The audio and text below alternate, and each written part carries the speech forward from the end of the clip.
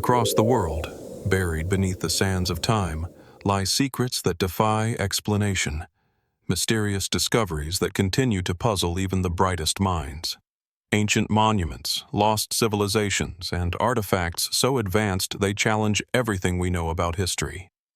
How could a culture with no written language build wonders that still baffle engineers today? What forces were at play in the creation of these impossible feats? These are the questions that linger, unspoken but undeniable. In the next few minutes, we'll journey through the most perplexing ancient mysteries, unraveling what history might not want us to know. Stay with us. The answers may surprise you. Nestled in the remote hills of Albania, far from the well-trodden paths of history, lies the Selca stone settlement, an ancient site that continues to intrigue archaeologists and scholars.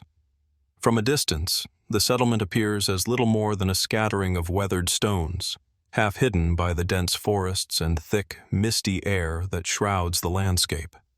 Yet, as you move closer, the true nature of the site becomes clearer. It is far from ordinary. The stones are not merely the remnants of an old village.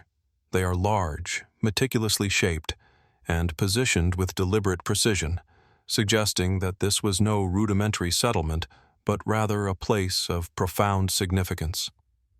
The site is thought to date back to the 4th or 3rd century BCE, a time when the ancient Illyrians, Albanians' early ancestors, are believed to have dominated the region. However, unlike other known Illyrian settlements, the Selca stones stand out for their unusual construction. The stones themselves are carved, not just placed.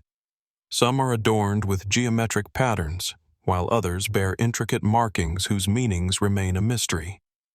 Their weight and sheer size, often over 10 tons each, make their transport and arrangement an impressive feat. Even more intriguing is the fact that, unlike other ancient cultures, the Illyrians left behind no written records to explain their purpose. For years, archaeologists have put forth the theory that Selca was a religious or ceremonial center, perhaps a sanctuary for the Illyrians. Evidence of nearby sacred sites, such as burial mounds and altars, seems to support this hypothesis. Yet, no clear evidence has ever emerged to definitively link the stones to any particular deity or ritual. What is more, the settlement is unlike anything found in other Illyrian archaeological sites. There are no traditional homes or everyday artifacts. Instead, the stones seem to have been arranged with an almost cosmological precision, suggesting a connection to astronomical events or an unknown system of celestial observation. It is this unusual alignment of the stones that has led some to speculate that the site may have served as an ancient observatory. Could it be that the Illyrians, whose written language has yet to be fully deciphered, had an advanced understanding of the stars and their movements? Did they track the constellations with the same precision as the ancient Egyptians or Mesopotamians?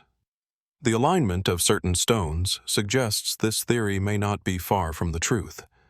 Some stones are arranged in patterns that mirror the rising and setting of specific stars and celestial bodies, suggesting a deeper knowledge of the sky. However, this theory, while compelling, remains speculative. There are those who believe the arrangement of the stones has more to do with a unique social or political structure. Could the site have been a meeting place for tribal leaders, a kind of ancient council hall? Perhaps the stones were erected to commemorate important events or serve as markers for territory, though such theories lack the same level of direct evidence as the astronomical hypothesis. What is perhaps most confounding is the complete absence of any definitive historical record linking the Selca stone settlement to any known culture or civilization. No inscriptions, no pottery, no clear evidence of daily life. Just these enigmatic stones, placed with intentionality and precision. Who were the people who built this site, and why did they leave so little behind? The lack of records leaves us in the dark about the identity of its creators, adding a layer of intrigue that is impossible to ignore. As much as scholars have uncovered, the Selca stone settlement remains an enigma. It is a place where the line between fact and speculation blurs, and where the silence of the past speaks louder than any answer. Was this a center of astronomical knowledge, a religious site, or something entirely different? What did the people of Selca know about the world, and how did they come to possess such knowledge? Even as modern archaeology uncovers more about the site, it seems we are no closer to answering these questions with certainty. Perhaps the most tantalizing mystery of all is not what the stones are or where they came from, but what they might still be hiding. What truths are still buried beneath the soil, waiting to be uncovered. The Selca stone settlement is a place suspended between history and myth, a reminder that, no matter how much we learn, some mysteries may always remain just out of reach. As we move further into the realm of ancient sites that defy explanation, we find ourselves in the rugged hills of Spain, where a colossal stone structure known as the Dolmen de la Pastora stands in eerie silence. This megalithic tomb, nestled among the dry, windswept landscapes of the Valencian countryside, is both a testament to ancient engineering and a source of lingering mystery. Its towering stones, some weighing as much as 50 tons, have stood for thousands of years, their purpose and origin still uncertain. The dolmen itself is a remarkable structure, a massive burial chamber constructed from large stone slabs, arranged in a semicircular formation. At the heart of this stone arrangement lies a vast, flat capstone, which once served as the roof to the chamber below. The entrance is framed by two large upright stones, their imposing stature forming a threshold into the ancient world.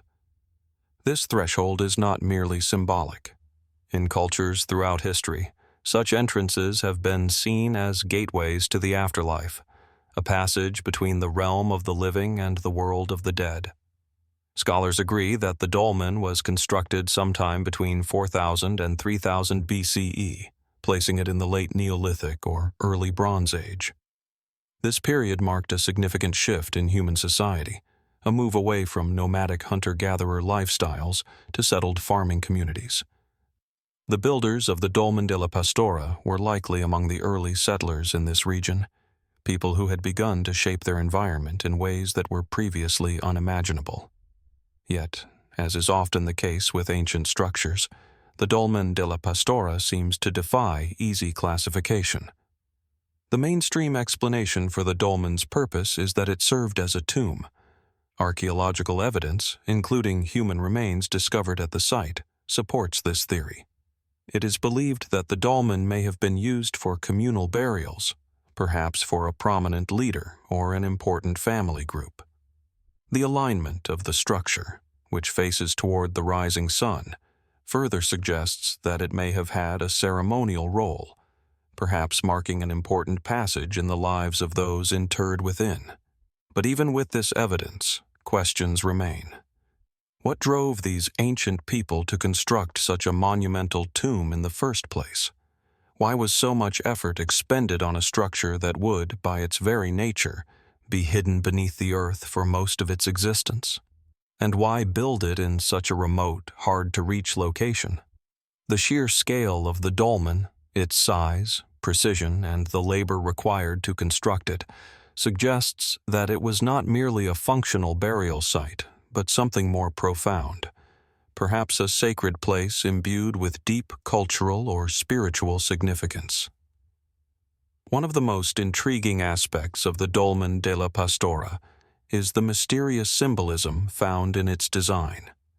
While it is similar in many ways to other dolmens and megalithic tombs found across Europe, it possesses certain unique features that make it stand out. For example, the chamber is not a simple rectangular space, but is instead designed with a slightly curved shape, which some scholars have suggested might represent the cyclical nature of life and death. The large capstone, which was once in place, fits perfectly within the framework of the dolmen, as if it was meant to act as a symbolic lid, an enclosure to hold the spirits of the deceased. And then there is the placement of the stones themselves.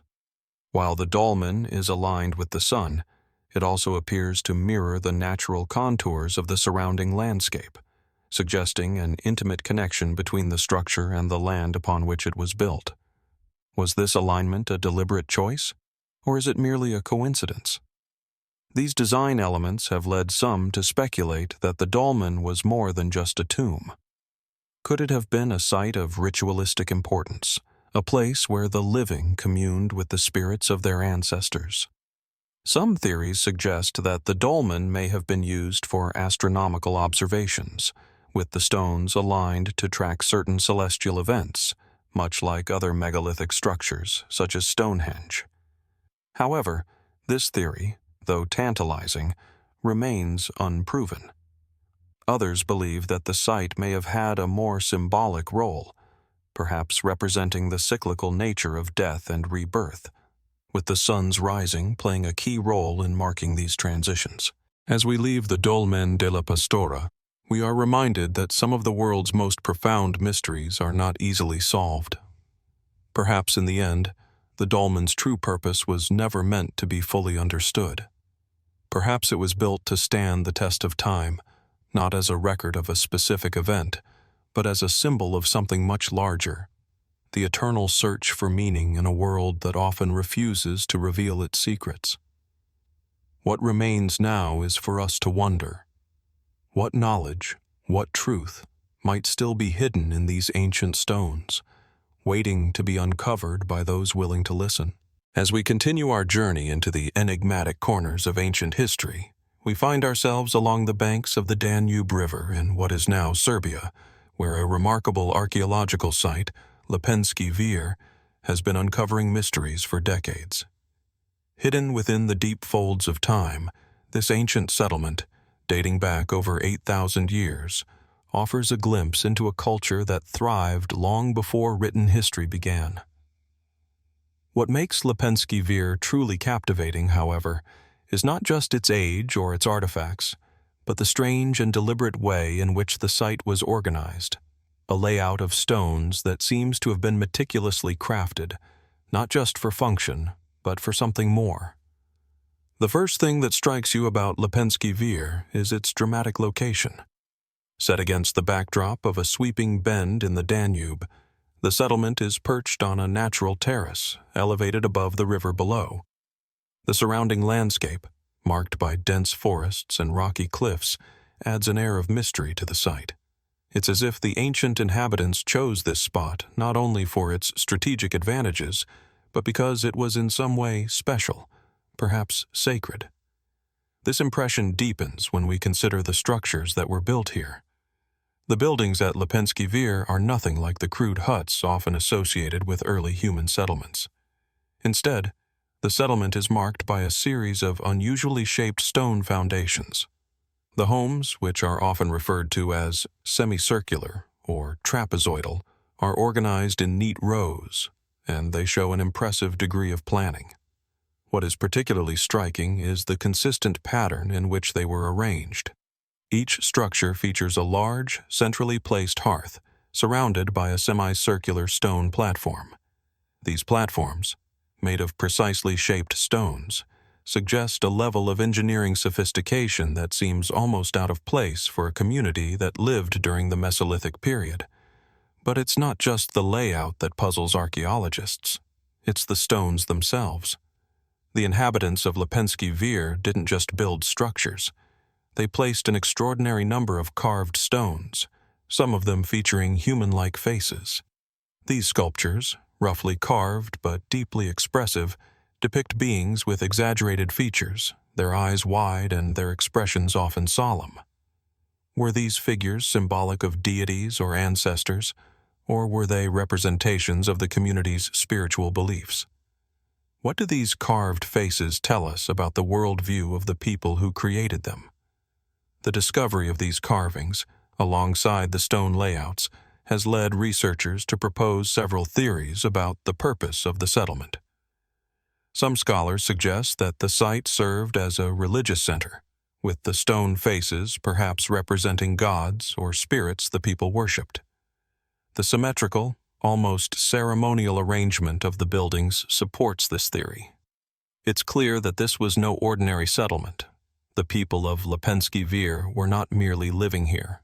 They were intentionally shaping their environment in ways that went beyond survival, hinting at a deeper connection to the land, to the river, and perhaps to the cosmos itself. Others argue that the settlement was part of a larger, more sophisticated system of trade or social organization. Its strategic position along the Danube would have allowed it to serve as a hub for the exchange of goods and ideas between the people of the river basin. The advanced knowledge required to construct the buildings and carve the stones suggests that the people of Lepenski Vir had a deeper understanding of geometry, architecture, and possibly astronomy. Could this have been a place of learning, where knowledge was passed down through generations? Or was it a place of power, with the stone arrangements serving as markers of status or authority? Yet, while these theories are compelling, they still leave many questions unanswered. Why were the structures so uniquely designed? What was the purpose of the unusual, symmetrical stone platforms inside the houses? Were these designs related to ritualistic practices or to some understanding of cosmic order? The positioning of the buildings also invites speculation. The exact alignment of the structures with the sun and the stars has led some to suggest that the people of Lepenski Vir were practicing early forms of astronomy. Could the site have been used for celestial observation, marking important astronomical events or seasonal changes? The carefully constructed hearths, placed at the center of each home, might have also had a symbolic function, perhaps representing the heart of the community or a spiritual focal point. One of the most curious aspects of the site is the apparent lack of traditional burial practices. While there are a few human remains found at Lepenski Vir, they are not arranged in the typical graves one might expect for such an ancient settlement. The absence of elaborate burial sites adds another layer of mystery to the settlement. Did the people of Lepenski Vir have a different conception of death and the afterlife, perhaps one that didn't require burial? Or is it possible that the site's function changed over time and burial practices were developed elsewhere? Despite decades of research, much about Lepenski Vir remains speculative. Its intricate stone carvings, its unusual layout, and its lack of a clear cultural context leave archaeologists with more questions than answers. Some have even suggested that the site could be a remnant of a lost civilization, one whose legacy was wiped away by time, leaving only these curious fragments behind. The precision with which the stones were carved, along with the complexity of the settlement's layout, suggests a level of skill and knowledge that might have been shared by a broader, perhaps even more advanced culture. As we stand at the edge of this mysterious settlement, looking out over the Danube and the stone layouts that have stood for thousands of years, it is hard not to wonder, what was the true purpose of Lepenski Vir? Was it a spiritual center, a hub of trade, or something else entirely? What knowledge did its builders possess, and how did they pass it on? Perhaps we will never know the full story of Lepenski Vir, but the site itself, this seemingly ordinary collection of stones, invites us to consider a much larger mystery. How much of the ancient world remains hidden, waiting to be discovered? The answers may be buried beneath the earth, locked in stone, or lost to the river's depths, but they are out there, waiting to speak to us. As our exploration of ancient sites continues, we find ourselves in the rolling hills of Wales, where the earth holds a secret buried for millennia. The Tinkinswood burial chamber, a megalithic structure that dates back over 6,000 years, is a silent monument to a people who left no written records, only these enduring stones. Situated near the village of St. Nicholas, the chamber is part of a larger landscape of prehistoric sites scattered across the Welsh countryside. Yet, despite its relative obscurity, Tinkinswood remains one of the most intriguing and mysterious burial chambers in Europe. The chamber itself is imposing, constructed from a series of massive stones, the largest of which is a capstone that weighs around 40 tons. This stone, which forms the roof of the chamber, is balanced on a series of upright stones, creating an awe-inspiring structure that seems almost too perfect, too deliberate for its age. At over 20 feet long, the capstone is one of the largest of its kind in Britain, and its sheer weight and size make the construction of the tomb all the more remarkable. But it's not just the scale that draws attention, it's the precision with which the stones were arranged. The layout of the chamber is clearly planned, and the entire structure is aligned in such a way that it captures the first light of dawn, suggesting that the builders may have had an understanding of astronomy, or at the very least, a keen sense of the rhythms of the natural world. What sets Tinkinswood apart from other burial sites is not only its scale, but the stories it tells, or rather, the stories it refuses to tell. The burial chamber, though impressive, holds few clues as to its purpose or the people who constructed it. Archaeologists have unearthed remains from at least one individual, possibly more, and a variety of artifacts, including pottery, tools, and animal bones, suggesting that the chamber was used for ritualistic burial.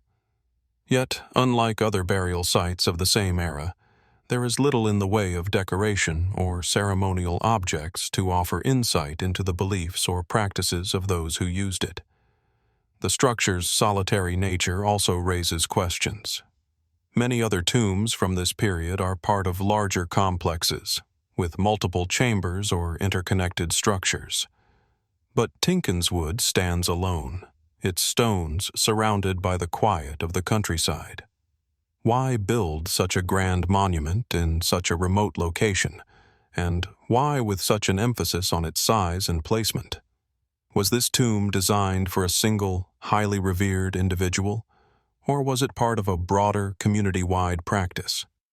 These are the questions that continue to confound researchers. One of the most intriguing aspects of the Tinkinswood burial chamber is the near-complete absence of written records. The people who built the chamber, part of the Neolithic agricultural societies of the British Isles, left behind no direct accounts of their culture, their beliefs, or their reasons for creating such monumental structures. Much of what we know comes from the study of the surrounding landscape and the limited artifacts discovered within the chamber itself. The absence of elaborate engravings or other forms of symbolism at the site suggests that the people of Tinkinswood may not have felt the need to leave behind overt markers of their beliefs or practices. Or perhaps the significance of the chamber was so deeply ingrained in their culture that words and symbols were unnecessary. Everything they needed to know was embedded in the very stones themselves. Still, there are elements of the site that seem to suggest a more complex understanding of death and the afterlife.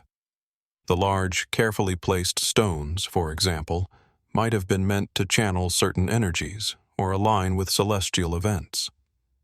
The alignment of the tomb with the rising sun is one possibility, suggesting that the people of Tinkinswood were attuned to the natural world in a way that transcended mere functionality. Could it be that this burial chamber served not only as a final resting place for the dead, but also as a site of spiritual or cosmic significance? The careful placement of the stones might reflect a belief in the cyclical nature of life and death, a concept that was prevalent in many ancient cultures. The Neolithic peoples who built Tinkinswood could have seen death as part of a larger, ongoing process, one that was marked by the movement of the sun, the changing of the seasons, and the passing of time. However, the theory that the tomb was used for astronomical purposes remains speculative. There are no definitive records to indicate that the people of Tinkinswood had a sophisticated understanding of astronomy, but the alignment of the tomb with the sun's first rays is certainly suggestive. Could the site have been used to mark solstices or equinoxes? Or perhaps it was used to track the passage of the moon, whose cycles were just as important to ancient cultures as the sun's.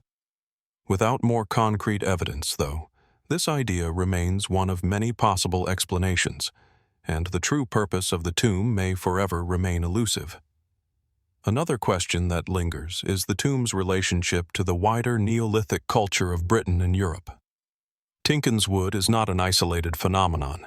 It is part of a broader tradition of megalithic construction that spans across Europe, from the ancient stone circles of Scotland to the famous dolmens of France. These structures, which are often linked to burial practices and ritualistic sites, share certain commonalities with Tinkinswood, suggesting that there may have been some shared cultural or spiritual beliefs that transcended regional boundaries. Did the builders of Tinkinswood have contact with other megalithic cultures, or were they developing their own distinct traditions? If the latter, what might that tell us about the movement of ideas and people in prehistoric Europe? As we reflect on the mystery of the Tinkinswood burial chamber, we are reminded that even in our modern age, some questions remain unanswered. The chamber's grand design and its solitary location suggest that it was a place of great importance, yet its purpose remains a riddle. Was it a sacred site where the living and the dead could commune? Or was it a monument to a belief system so deeply embedded in the culture of its people that it no longer needed explanation? The answers may be lost to time, buried with the stones beneath the earth. But the questions they raise continue to provoke curiosity. In the silence of Tinkinswood, as we stand before the massive capstone and the stones that have withstood the test of time, we can only wonder, what knowledge, what mysteries are still hidden in the burial chambers of our ancestors, and what will it take for us to uncover them? As our exploration of ancient, unexplained sites continues, we now find ourselves in the heart of the Middle East, where the ancient ruins of Hili Archaeological Park stand as a testament to a civilization long forgotten. Located in the United Arab Emirates, in the city of Al Ain, this site offers an intriguing glimpse into a culture that thrived thousands of years ago but left behind only fragments of its once great legacy. The park is home to some of the most significant archaeological discoveries in the region, yet its purpose, its people, and its deeper meanings remain wrapped in mystery. Hili Archaeological Park is set against the backdrop of the vast desert, with the jagged mountains of the Hajar Range rising majestically in the distance. The landscape is at once harsh and captivating, with the golden sands stretching out in all directions, broken only by the clusters of ruins that dot the terrain. The site is a sprawling complex, with structures ranging from simple stone walls to more elaborate tombs, offering a snapshot of the past that seems almost too perfectly preserved. At the heart of the park lies Hili 8, a burial complex that is perhaps the most famous of the site's many discoveries. This large circular tomb is a remarkable feat of ancient engineering, constructed from massive stone slabs that form a beehive-shaped structure. Dating back to around 2500 BCE, Hili 8 is part of a larger tradition of tombs found throughout the region, often referred to as beehive tombs due to their unique shape. These tombs, believed to be burial sites for prominent individuals, have long fascinated archaeologists, both for their scale and their distinct architectural design. The tomb at Hili 8 is unlike anything you might expect from ancient burial sites of the time. The precise alignment of the stones, the deliberate shaping of the walls, and the careful planning of the burial chambers within suggest that this was no ordinary grave. It was designed to be something far more significant, an architectural statement, perhaps a symbol of power, status, or reverence. Yet, despite its clear importance, there are no inscriptions or direct evidence to explain its meaning. What was the significance of this tomb, and why was such a monumental structure created in the first place? Was it solely a burial place, or did it hold a deeper ceremonial role, perhaps tied to the spiritual beliefs of those who built it? Inside the tomb, archaeologists have uncovered a range of artifacts, ceramics, pottery, and tools that offer insight into the daily life of the people who once inhabited the area. But it is the lack of human remains within the tomb that raises the most intriguing question. Unlike other burial sites where the deceased were placed within the tomb, Hili 8 contains little evidence of the bodies it was meant to house.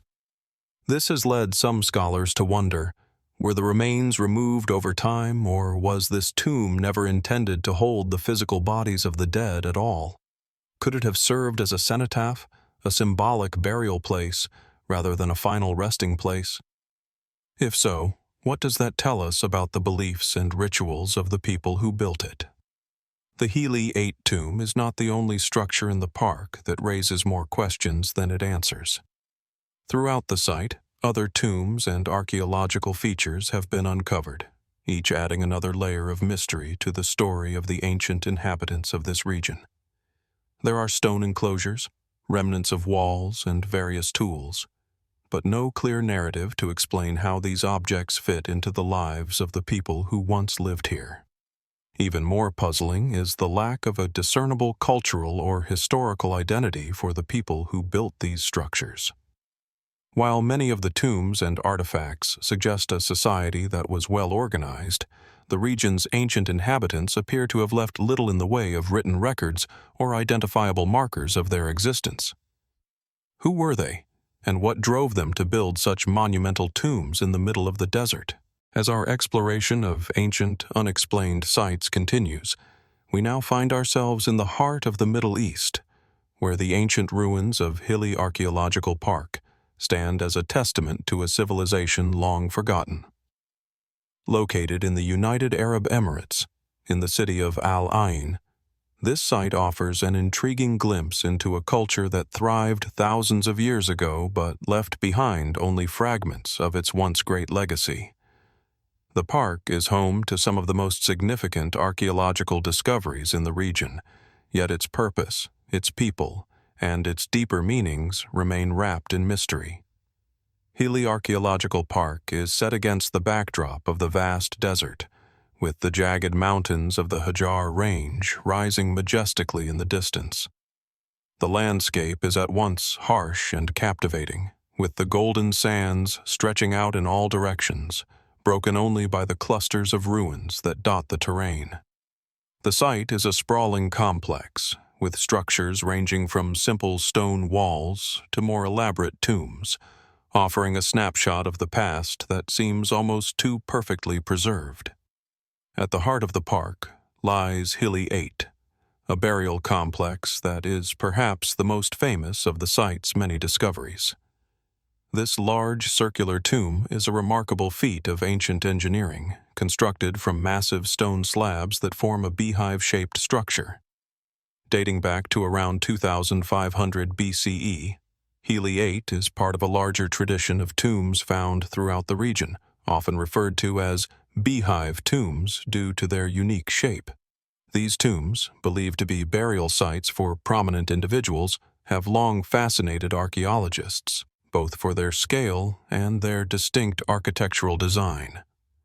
The tomb at Hili 8 is unlike anything you might expect from ancient burial sites of the time. The precise alignment of the stones, the deliberate shaping of the walls, and the careful planning of the burial chambers within suggest that this was no ordinary grave. It was designed to be something far more significant, an architectural statement, perhaps a symbol of power, status, or reverence. Yet, despite its clear importance, there are no inscriptions or direct evidence to explain its meaning. What was the significance of this tomb, and why was such a monumental structure created in the first place? Was it solely a burial place, or did it hold a deeper ceremonial role, perhaps tied to the spiritual beliefs of those who built it? Inside the tomb, archaeologists have uncovered a range of artifacts, ceramics, pottery, and tools that offer insight into the daily life of the people who once inhabited the area. But it is the lack of human remains within the tomb that raises the most intriguing question. Unlike other burial sites where the deceased were placed within the tomb, Hili 8 contains little evidence of the bodies it was meant to house. This has led some scholars to wonder, were the remains removed over time, or was this tomb never intended to hold the physical bodies of the dead at all? Could it have served as a cenotaph, a symbolic burial place rather than a final resting place? If so, what does that tell us about the beliefs and rituals of the people who built it? The Hili 8 tomb is not the only structure in the park that raises more questions than it answers. Throughout the site, other tombs and archaeological features have been uncovered, each adding another layer of mystery to the story of the ancient inhabitants of this region. There are stone enclosures, remnants of walls, and various tools, but no clear narrative to explain how these objects fit into the lives of the people who once lived here. Even more puzzling is the lack of a discernible cultural or historical identity for the people who built these structures. While many of the tombs and artifacts suggest a society that was well organized, the region's ancient inhabitants appear to have left little in the way of written records or identifiable markers of their existence. Who were they, and what drove them to build such monumental tombs in the middle of the desert? As we leave the arid desert landscapes of Hili Archaeological Park behind, our journey now takes us to the towering Andes Mountains of Peru, where a site of equal mystery awaits. The ancient Incan city of Ollantaytambo stands as one of the most extraordinary achievements of pre-Columbian architecture, its stone structures and terraces clinging to the mountainside with an almost otherworldly precision. Yet, amid this ancient city lies one of the most perplexing and unexplained features of all: its massive stone blocks, some of which appear to defy the capabilities of the Incan builders themselves. The Ollantaytambo wall blocks, gigantic stones, some weighing as much as 50 tons, are a marvel of ancient engineering. These blocks, quarried from the nearby mountains and transported with remarkable precision, form the base of a large temple complex at the site. What sets them apart, however, is not just their sheer size, but the way in which they were cut and fitted together. The stones are so perfectly shaped that it is difficult to see where one ends and the next begins, despite the roughness of the surrounding stones. Each block seems to have been designed not only to fit precisely with the others, but also to conform to the natural contours of the terrain. The level of craftsmanship required to create and transport such massive stones remains a topic of debate among archaeologists. Traditional Incan methods, such as the use of primitive tools and manpower, are often cited as the primary means of constructing such structures. Yet, even with these methods, the difficulty of cutting, shaping, and moving these massive stones over great distances remains a challenge.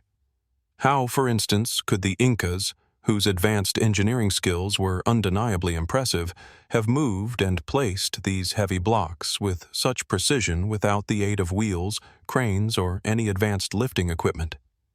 The traditional explanation suggests that the Incas used a combination of brute force, ingenuity, and simple tools like levers, ropes, and ramps to move the stones. But that explanation begins to falter when we consider the sheer size and number of the blocks involved and the lack of evidence for such complex methods being employed on such a massive scale. Many of the blocks at Ollantaytambo are so large that it seems implausible that they could have been moved with anything less than sophisticated machinery. This raises the question: could the Incas have had access to technologies that have since been lost to history? Or could these stones have been cut and placed by an earlier civilization, one whose knowledge and tools were more advanced than those of the Incas? Some fringe theories suggest that the construction of Ollantaytambo might have involved the use of technologies far beyond what we typically associate with the ancient world. Could the massive stones have been moved and shaped using techniques that we no longer understand? Some proponents of this theory point to the precision with which the blocks are fitted together, so exact that even a piece of paper cannot fit between them, and suggest that the Incas may have had access to methods involving sound, vibration, or even an understanding of the Earth's natural frequencies. Could it be that the stones were not carved with tools, but rather grown into shape using advanced sonic or vibrational technologies? It sounds like something out of science fiction, but in the absence of definitive answers, these questions persist. Perhaps even more puzzling is the fact that some of these massive stones appear to have been abandoned mid-construction. Scattered throughout the site are unfinished blocks, left lying on the ground in various stages of preparation. Some have been partially carved, while others appear to have been dropped or abandoned in place. This raises the possibility that the construction of Ollantaytambo was halted abruptly, possibly due to an event or crisis that disrupted the work. But why leave such monumental projects unfinished? Was it a sudden shift in leadership, the death of a key architect, or something more mysterious that caused the work to stop? The unfinished nature of the blocks hints at a narrative that has been lost to time, one that we can only guess at. The positioning of the wall blocks also adds to the intrigue. These massive stones were not just used to create walls, they were placed with purpose and intention, aligning with the surrounding mountains, valleys, and even the stars. The Incan civilization was known for its deep reverence for celestial events, and many of their structures were designed with an astronomical function in mind. Could it be that the stones at Ollantaytambo were also aligned to track specific celestial events, marking the solstices or the passage of certain stars? The precision with which these stones were placed suggests that the builders of Ollantaytambo were not just constructing walls for shelter. They were creating a living monument to the natural world, a structure that was as much about aligning with the cosmos as it was about practical needs. Yet, for all the advanced knowledge displayed in the construction of Ollantaytambo, we are still left with many unanswered questions. Why were these stones placed in such an exacting manner? What was the true purpose of the large temple complex at Ollantaytambo? Was it a ceremonial center, a royal residence, or something else entirely? And why, given the apparent sophistication of the site, does so little remain of its original purpose? While many of the stones still stand in their original places, much of the site has been damaged by time and weather, and crucial parts of its history have been lost. Could it be that the answers to these questions are hidden in the stones themselves, waiting to be discovered by those willing to listen closely? As we stand before the massive stone blocks of Ollantaytambo, it is hard not to feel a sense of awe and wonder. These stones, so large and perfectly formed, seem to hold secrets that have been lost to the ages. The people who built this site, whether they were the Incas or an earlier unknown civilization, possessed knowledge that we can only begin to understand. What technologies did they use to move and shape these massive blocks with such precision? What was the true purpose of Ollantaytambo? And most intriguingly, what remains hidden beneath the surface of these ancient stones, waiting for us to uncover? The mystery of the Ollantaytambo wall blocks is one that invites speculation and curiosity. As we explore this ancient site, we are reminded that the past is never as simple as it seems. The stone walls may stand solid and unyielding, but the questions they raise are anything but. What knowledge, what technologies, did the ancient builders of Ollantaytambo possess? And what else might still be hidden, waiting to be discovered? As we shift from the towering stone walls of Ollantaytambo, our journey takes us to the windswept shores of Brittany in northwestern France, where another ancient mystery lies buried beneath the earth. The Locmariaquer Grand Menhir base, a massive stone structure that once supported a towering monolith, stands as a silent sentinel to a long-forgotten world. This colossal base, which once held the largest menhir in Europe, is a testament to the remarkable engineering skills of the Neolithic people who built it. Yet, like so many ancient sites, it raises far more questions than it answers. The site itself is located in the quiet, rural landscape of the Morbihan region, known for its prehistoric megalithic sites. The menhir, which once stood at a staggering height of over 70 feet, was part of a larger complex of stones that stretched across the region. Today, only the Grand Menhir base remains, a large rectangular platform of stone that sits low to the ground, partially buried and weathered by centuries of exposure to the elements. The base, made from several massive blocks, once supported the towering monolith, but now all that remains is the imprint of its former grandeur. What makes the Locmariaquer Grand Menhir base so intriguing is the sheer scale of the stones and the precision with which they were placed. The base is constructed of massive blocks, some weighing several tons each, arranged in a way that is almost too perfect for the primitive tools of the Neolithic era. How did these people, living long before the advent of advanced technologies, manage to move and position such enormous stones with such precision? The site is a marvel of ancient engineering, and yet, like many other megalithic sites, its purpose remains a mystery.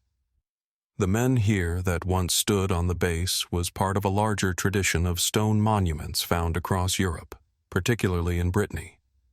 These massive stones, often erected in rows or circles, were typically associated with burial practices or ritualistic sites. The purpose of the menhir at Locmariaquer is still debated. Some suggest that it may have served as a marker for celestial events, perhaps aligned with the sun or the moon.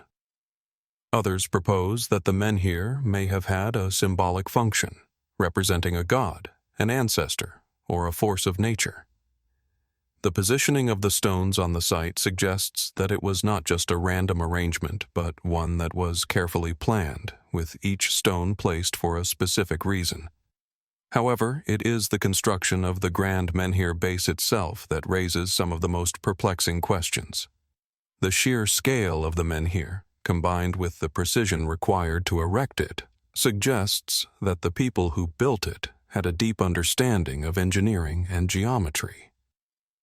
How did they manage to transport and erect such massive stones without the use of cranes, pulleys, or other advanced tools? The base alone weighs several tons, and the menhir it supported was far larger, suggesting that the builders possessed an intimate knowledge of leverage and balance. Could they have used methods or technologies that have since been lost to time?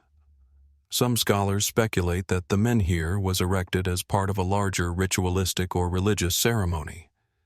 The alignment of the menhir with the surrounding landscape and the nearby standing stones suggests that it may have been intended to mark an important astronomical event, such as the solstice or the equinox. The placement of the menhir could have been a way of marking the passage of time, a tool for observing the changing seasons and the cycles of the sun and moon. Could the menhir have served as a kind of calendar, helping the ancient people track time and align their agricultural practices with the cycles of the heavens? Yet, despite the many theories surrounding the site, the true purpose of the Locmariaquer Grand Menhir remains elusive. Some have proposed that it was part of a larger ceremonial complex, perhaps related to ancestor worship or fertility rituals, while others believe it was a symbol of power, erected by a powerful leader or ruler to demonstrate his dominance over the land. The base itself, with its massive stones arranged in such a precise manner, could suggest that the menhir was more than just a simple marker. It could have been a representation of cosmic order, a bridge between the earth and the heavens. In recent years, some fringe theories have suggested that the menhir at Locmariaquer may have had an even more mysterious purpose. Could it have been part of a system of stone monuments that formed a larger, interlocking network of ancient knowledge, guiding people across the landscape, connecting different communities in ways that we cannot yet fully understand? Some have even speculated that the menhir and other megalithic structures across Europe were built using methods of sound or vibration, harnessing the natural energy of the stones to create a kind of resonance that could have had spiritual or healing properties. These ideas remain speculative, of course, but they serve to highlight just how little we truly know about the cultures that built these monumental structures. Perhaps the most tantalizing question surrounding the Locmariaquer Grand Menhir base is why it was abandoned. The menhir itself, though impressive, was toppled long ago, leaving only the base behind. What caused the destruction of such a monumental structure? Was it an act of war, a natural disaster, or simply the passage of time?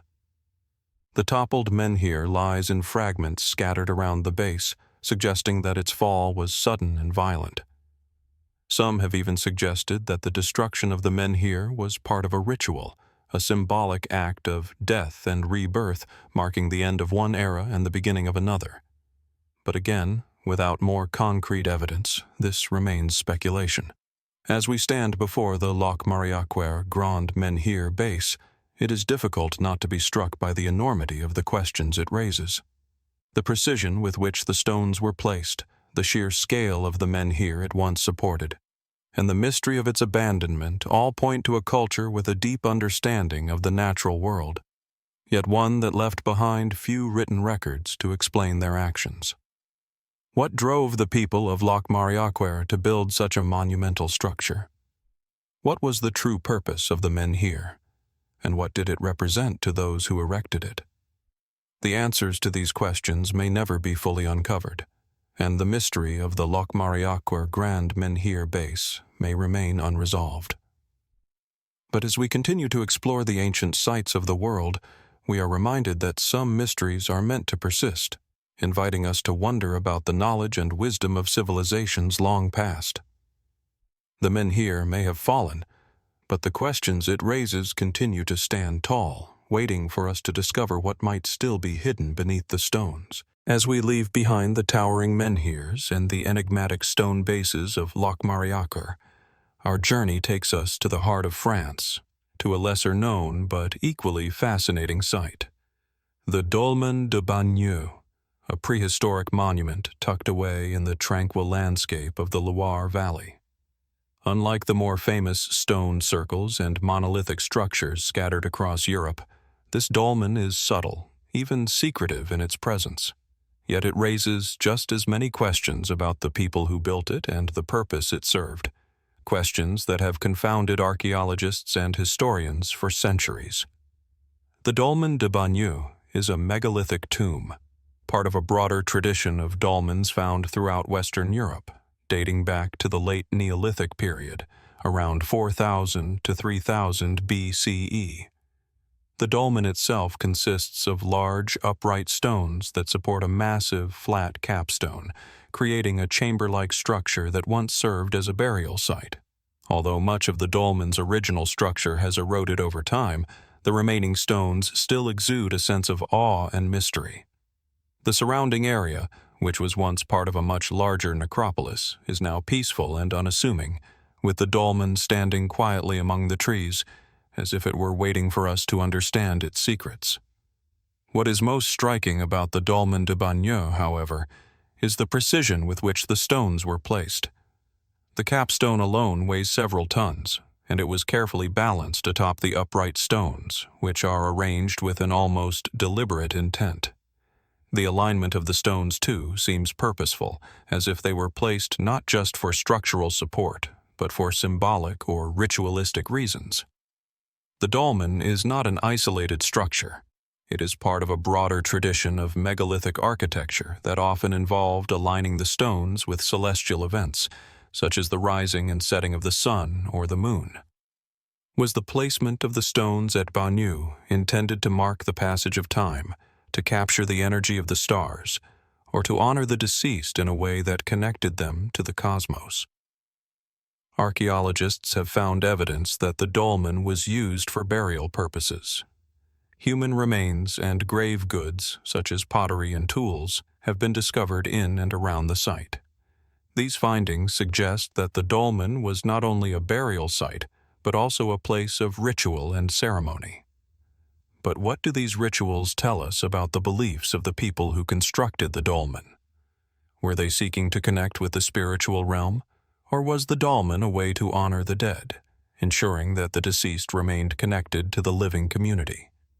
The presence of grave goods, such as pottery, hints at a belief in an afterlife, a place where the dead would need provisions for their journey. Yet, there is little else in the archaeological record to explain the specific rituals that took place at this site. The construction of the dolmen itself also raises fascinating questions. How did the builders of Bagneux manage to transport and position such massive stones, some weighing several tons, without the use of modern machinery? Traditional explanations suggest that the builders used simple tools, levers, and ramps to move and place the stones. However, the sheer size of the stones at Bagneux, along with their precise positioning, suggests that the builders possessed a deep understanding of engineering and geometry. Could they have had access to techniques or technologies that have since been lost to history? Some fringe theories propose that the ancient people of Bagneux may have used advanced methods, such as sound or vibration, to manipulate the stones. While these ideas remain speculative, they serve to highlight the mystery of how such a monumental structure was created using only the most basic of tools. What makes the Dolmen de Bagneux particularly intriguing is the lack of clear documentation surrounding the site. While many dolmens in Europe have been thoroughly studied, the details of the people who constructed the dolmen and the specific purpose it served remain elusive. The absence of detailed records, either written or oral, leaves us with only the stones themselves as clues. Who were the people who built this structure? Were they part of a larger culture that shared similar beliefs and practices? Or was Bagneux a unique site with its own distinct customs? Some researchers have speculated that the dolmen may have been part of a network of ritual sites used by different communities to connect with the supernatural world. Others suggest that the site could have been a marker of social or political power, a way to demonstrate the importance of the individual or family buried within. The lack of definitive answers leaves the door open for multiple interpretations. Another intriguing aspect of the dolmen is its relationship to the surrounding landscape. The site itself is located in a relatively remote part of the Loire Valley, an area known for its dense forests and rolling hills. The positioning of the dolmen within this landscape is noteworthy. Did the builders choose this location for its proximity to the natural world? Or was there a deeper, more symbolic reason for placing the dolmen in this specific spot? Many megalithic sites across Europe are strategically placed to align with key natural features, such as rivers, hills, or mountains, and this could be the case at Bagneux as well. Did the location of the dolmen have a cosmic or spiritual significance? Was it meant to harness the energy of the earth, or was it a focal point for community gatherings and ceremonies? Despite the wealth of archaeological data collected from the site, much of the story of the Dolmen de Bagneux remains untold. The questions surrounding its construction, its purpose, and the people who built it continue to baffle researchers. Was it simply a burial site, or did it serve a greater ceremonial function, perhaps as a place of worship or ancestor veneration? The lack of written records and the mysterious nature of the site only add to its allure, leaving us with more questions than answers. As we stand before the weathered stones of the Dolmen de Bagneux, it is impossible not to feel a sense of connection to the ancient people who built it. The precision with which the stones were placed, the care taken in their arrangement, and the lack of clear answers all serve to deepen the mystery of the site. What was the true purpose of this monument? What beliefs and rituals were enacted here? The dolmen stands as a silent witness to a time long past, but its mysteries remain unsolved, waiting for us to uncover what still lies hidden beneath the earth. As we continue our journey through ancient and mysterious sites, we now turn our attention to a location where history, religion, and unexplained architectural wonders converge. The ancient ruins of Qumran, nestled along the shores of the Dead Sea in the arid landscapes of Israel. This region is best known for its association with the Dead Sea Scrolls, a collection of texts that have altered our understanding of early Jewish culture and Christianity. Yet, beyond the scrolls, there exists another enigma: the Qumran megalithic walls. The Qumran site, now largely in ruins, was once home to a community of people, likely Essenes. a sect of Judaism that sought a life of purity and devotion. Their writings, preserved in the Dead Sea Scrolls, speak of apocalyptic visions, strict religious practices, and an intense reverence for the divine. But beneath these ancient scrolls lies something just as intriguing: the remarkable megalithic walls that encircle parts of the settlement. These walls, constructed from massive stones, are not only imposing in their scale but puzzling in their arrangement. The blocks, some weighing several tons, were carefully placed to form a series of enclosures, structures, and terraces that appear to have had both practical and possibly symbolic purposes. The stones themselves are rough-hewn, yet they fit together with remarkable precision. Despite their obvious size, the methods used to transport and position such immense stones in the harsh desert environment remain unclear. What we do know is that these walls are not only a physical barrier, but seem to represent something far deeper, an enduring connection to the sacred land. As with many megalithic structures, the precise purpose of the walls is a matter of debate. Some scholars argue that they served as part of the infrastructure of the settlement, perhaps enclosing living quarters or communal spaces, while others suggest that they had a more symbolic or ritualistic function. Was Qumran designed to be a fortress, protecting the community from outside threats, or was the positioning of these stones part of a larger, more cosmological design? Given the Essenes' focus on spiritual purity, could the walls have been constructed to mark sacred boundaries, to separate the community from the rest of the world in a physical and metaphysical sense? Yet, there is an eerie aspect to the Qumran megalithic walls that defies explanation. Many of the stones appear to have been deliberately arranged, with precise alignments that seem to coincide with natural features of the surrounding landscape. Could it be that the walls were aligned with celestial events, solstices, equinoxes, or the movement of the stars, much like other megalithic sites across the globe? The Essenes were known for their deep spiritual and astronomical knowledge, and the possibility that these walls might have served a dual purpose, as both a physical structure and a cosmic marker, cannot be ruled out. Did the builders of Qumran have a sophisticated understanding of the heavens, and were these walls part of an ancient effort to connect with the divine through the alignment of the earth, the sky, and the soul? What makes the walls at Qumran even more enigmatic is the fact that the site seems to have been abandoned at some point in its history. While the settlement flourished during the Second Temple period, the precise reasons for its abandonment are unclear. Was it the result of outside invaders like the Romans who swept through the region during the 1st century CE?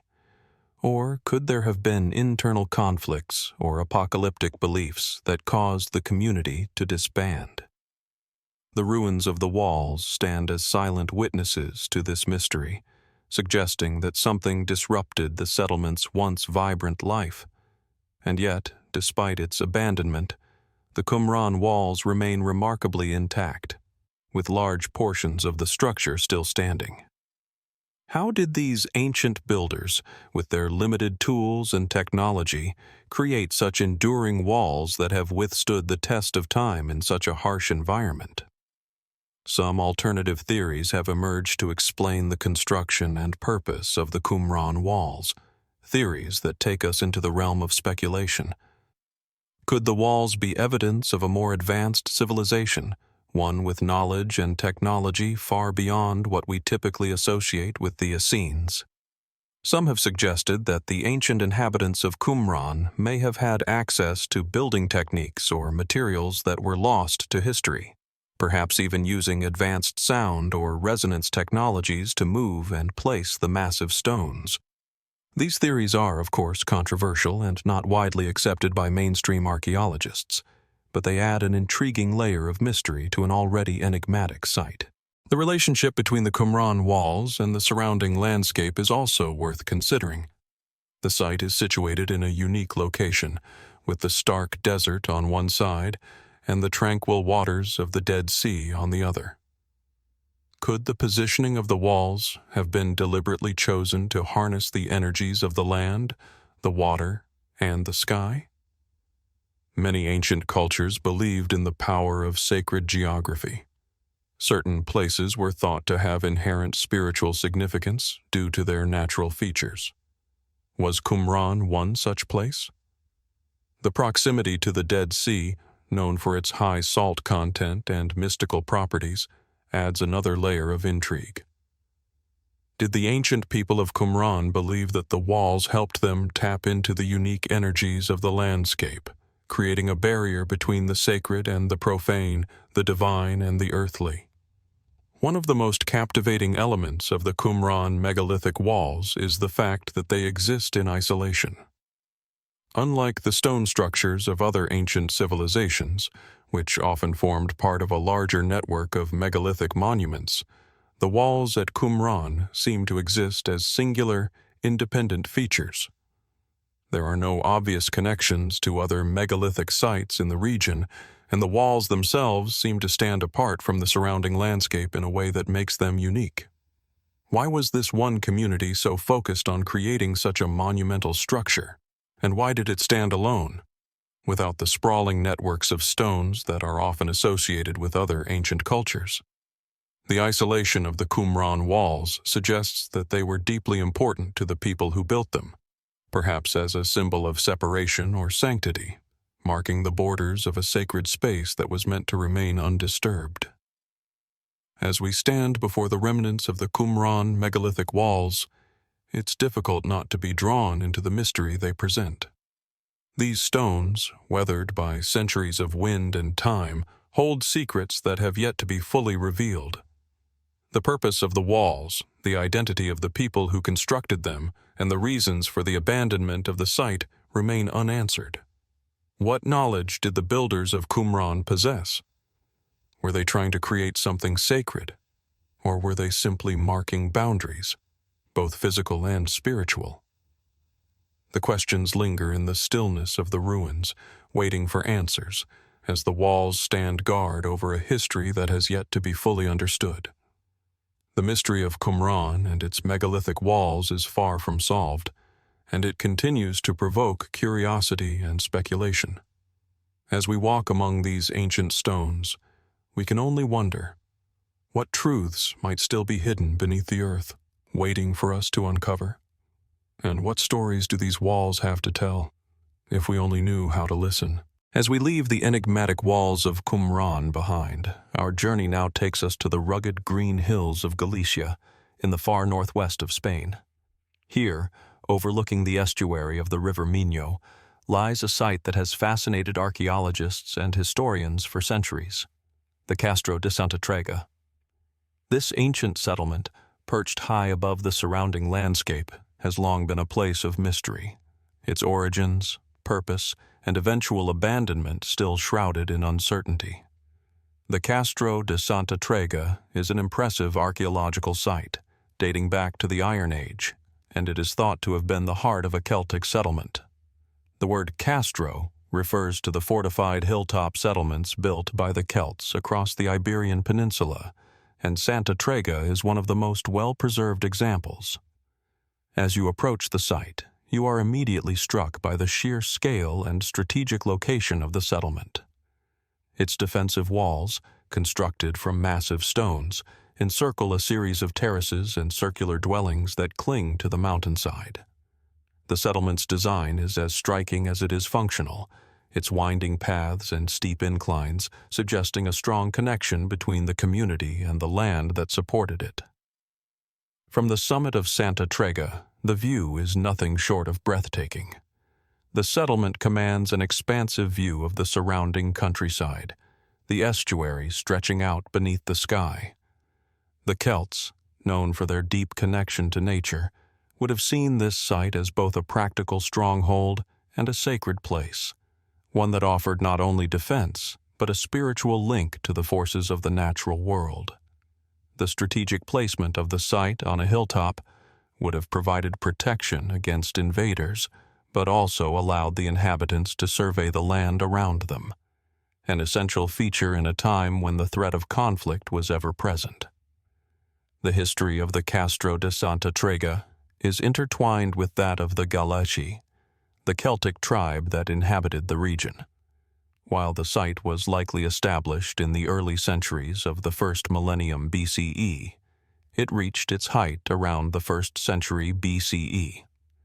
During this time, the settlement would have been a thriving hub of trade, culture, and ritual. The Celts were known for their warrior culture, as well as their elaborate religious practices. The site's proximity to the river and its elevated position suggest that it may have had symbolic significance, potentially marking it as a place of spiritual or ritual importance. Archaeological excavations at the Castro de Santa Trega have uncovered a wealth of information about the life of its inhabitants. The remains of circular stone dwellings with their distinctive thatched roofs indicate a well-organized society where each household was likely involved in farming, animal husbandry, and trade. The settlement's layout, with its series of concentric walls and gates, suggests a carefully planned community, designed not just for defense but for communal living. Yet, despite these discoveries, many questions remain about the exact nature of life at Santa Trega. What kind of social structure governed this settlement? How were decisions made, and what role did religion play in the lives of its people? Were the Celts of Santa Trega part of a larger network of settlements, and how did they interact with neighboring tribes? One of the most intriguing aspects of the Castro de Santa Trega is the unanswered question of its sudden abandonment. The settlement appears to have been thriving when it was suddenly and mysteriously deserted. No definitive cause has been identified, but several theories exist. Some suggest that the Celts may have been driven from the site by external forces, such as the Roman expansion into the Iberian Peninsula. The Romans, known for their military prowess, gradually conquered much of the region, and it is believed that many Celtic tribes were forced to either submit or flee. However, no definitive evidence of Roman conquest has been found at Santa Trega, and some archaeologists argue that the settlement may have simply been abandoned due to changes in the local climate or economic structure. Was the site abandoned because the river changed course, disrupting trade and farming? Or was it a result of internal upheaval, perhaps driven by shifts in the social or religious structure of the community? Another intriguing possibility is that the Castro de Santa Trega may have been intentionally abandoned, a decision rooted in religious or spiritual beliefs. The Celts were known for their strong spiritual practices, and many of their settlements were believed to be intimately connected to the land and the natural world. Could the Celts of Santa Trega have abandoned their home as part of a larger ritual or spiritual migration? Some have speculated that the settlement may have been linked to a broader belief in cycles of death and rebirth, with the abandonment of the site symbolizing a transition to a new phase of existence. Such ideas are difficult to prove, but the dramatic shift in the site's occupation raises compelling questions about the role of belief in the lives of the people who lived there. The Castro de Santa Trega also raises intriguing questions about its relationship to the natural world. The Celts were deeply connected to the land, and their religious practices often centered on nature, with a particular reverence for trees, rivers, and mountains. The positioning of the settlement on a high hill overlooking the river and the surrounding countryside suggests that the site may have had a spiritual or symbolic connection to the natural features of the landscape. Was the hilltop of Santa Trega seen as a sacred place, a location where the earthly and spiritual worlds intersected? Could the Celts have believed that their settlement was placed at a site of powerful energy, a place where the forces of nature could be harnessed for protection, prosperity, or ritual? Moreover, there are some who speculate that the Castro de Santa Trega may be connected to a larger network of ancient Celtic settlements that share similar architectural and cultural features. If so, the site could have been part of a broader ceremonial or trading network that spanned the Iberian Peninsula, a hub of interaction between different Celtic tribes and cultures. Could the design of Santa Trega, its concentric walls, its positioning on the landscape, hold clues to a deeper understanding of Celtic society and its connection to other ancient civilizations? As we stand before the weathered stones of Castro de Santa Trega, we are reminded that the answers to these questions may never fully materialize. The site's abandonment, its mysterious origins, and the enigmatic role of the Celts in this part of the world leave us with more questions than answers. Was the Castro de Santa Trega a fortress, a spiritual center, or something entirely different? What beliefs and practices drove its inhabitants to settle in such a strategic location, and why did they ultimately leave? In the silence of the hills, where the wind whispers through the trees and the river below flows steadily toward the sea, it's easy to imagine the echoes of those who once walked these paths. But the mystery of Castro de Santa Trega remains unsolved, a reminder that some stories from the ancient world are not meant to be fully understood. What secrets does this place still hold, waiting for someone to uncover them? After exploring the mysteries of Castro de Santa Trega, we now journey far across the Atlantic to the dense, verdant jungles of Brazil, where one of the most perplexing ancient artifacts sits quietly, almost forgotten by time. Deep in the northeast, in the state of Paraíba, lies the Ingá Stone, a giant slab of rock covered with intricate carvings that have baffled archaeologists, historians, and researchers for centuries. The story of the Ingá Stone is one of mystery, uncertainty, and unsolved riddles, a stone puzzle that continues to defy explanation. At first glance, the Ingá Stone seems almost out of place in the lush tropical forest that surrounds it. Standing almost 3 meters tall and measuring over 6 meters in length, it is an imposing slab of sandstone weathered by centuries of wind and rain. Its surface is covered in a series of bizarre geometric patterns, spirals, and symbols, some resembling stylized animals, others seemingly abstract designs with no clear or obvious interpretation. The stone's carvings, deep and precise, appear to have been made with tools far more advanced than those of the indigenous people known to inhabit the region at the time. Yet the question remains: who carved this stone, and what was the message they were trying to convey? The Ingá Stone has been known to local residents for centuries, but it wasn't until the late 19th century that it caught the attention of archaeologists. Despite extensive studies, the true meaning of the carvings remains elusive. The most common theory suggests that the stone was created by one of the indigenous tribes of the region, most likely the Tupi people, who inhabited the area long before European colonization. According to this theory, the carvings are an early form of communication, perhaps a ceremonial or religious symbol, or even a map. Some experts speculate that the spiral patterns might represent cycles of nature, such as the changing of seasons or the movement of celestial bodies. Yet the stone's features don't quite fit neatly into these conventional explanations. One of the most intriguing aspects of the Ingá Stone is its apparent age. While it is certainly possible that the Tupi people created the carvings, radiocarbon dating of nearby artifacts has placed the site's history far earlier than expected. The age of the stone itself is still undetermined, with estimates suggesting it could be anywhere from 1,000 to 6,000 years old. This discrepancy raises the possibility that the carvings predate the Tupi people entirely, perhaps pointing to an even older unknown civilization in the region. What's more, the intricacy of the carvings suggests a level of craftsmanship and symbolic intent that is difficult to reconcile with the technology available to the indigenous tribes of Brazil at the time. Could it be that an advanced, lost civilization was responsible for the Ingá Stone? Some researchers point to the sophistication of the patterns and their potential alignment with celestial bodies as evidence of a much older, more advanced culture, one that existed long before the known indigenous groups. Could these carvings be a form of astronomical knowledge, used to track the movements of the stars, or perhaps even a record of ancient rituals.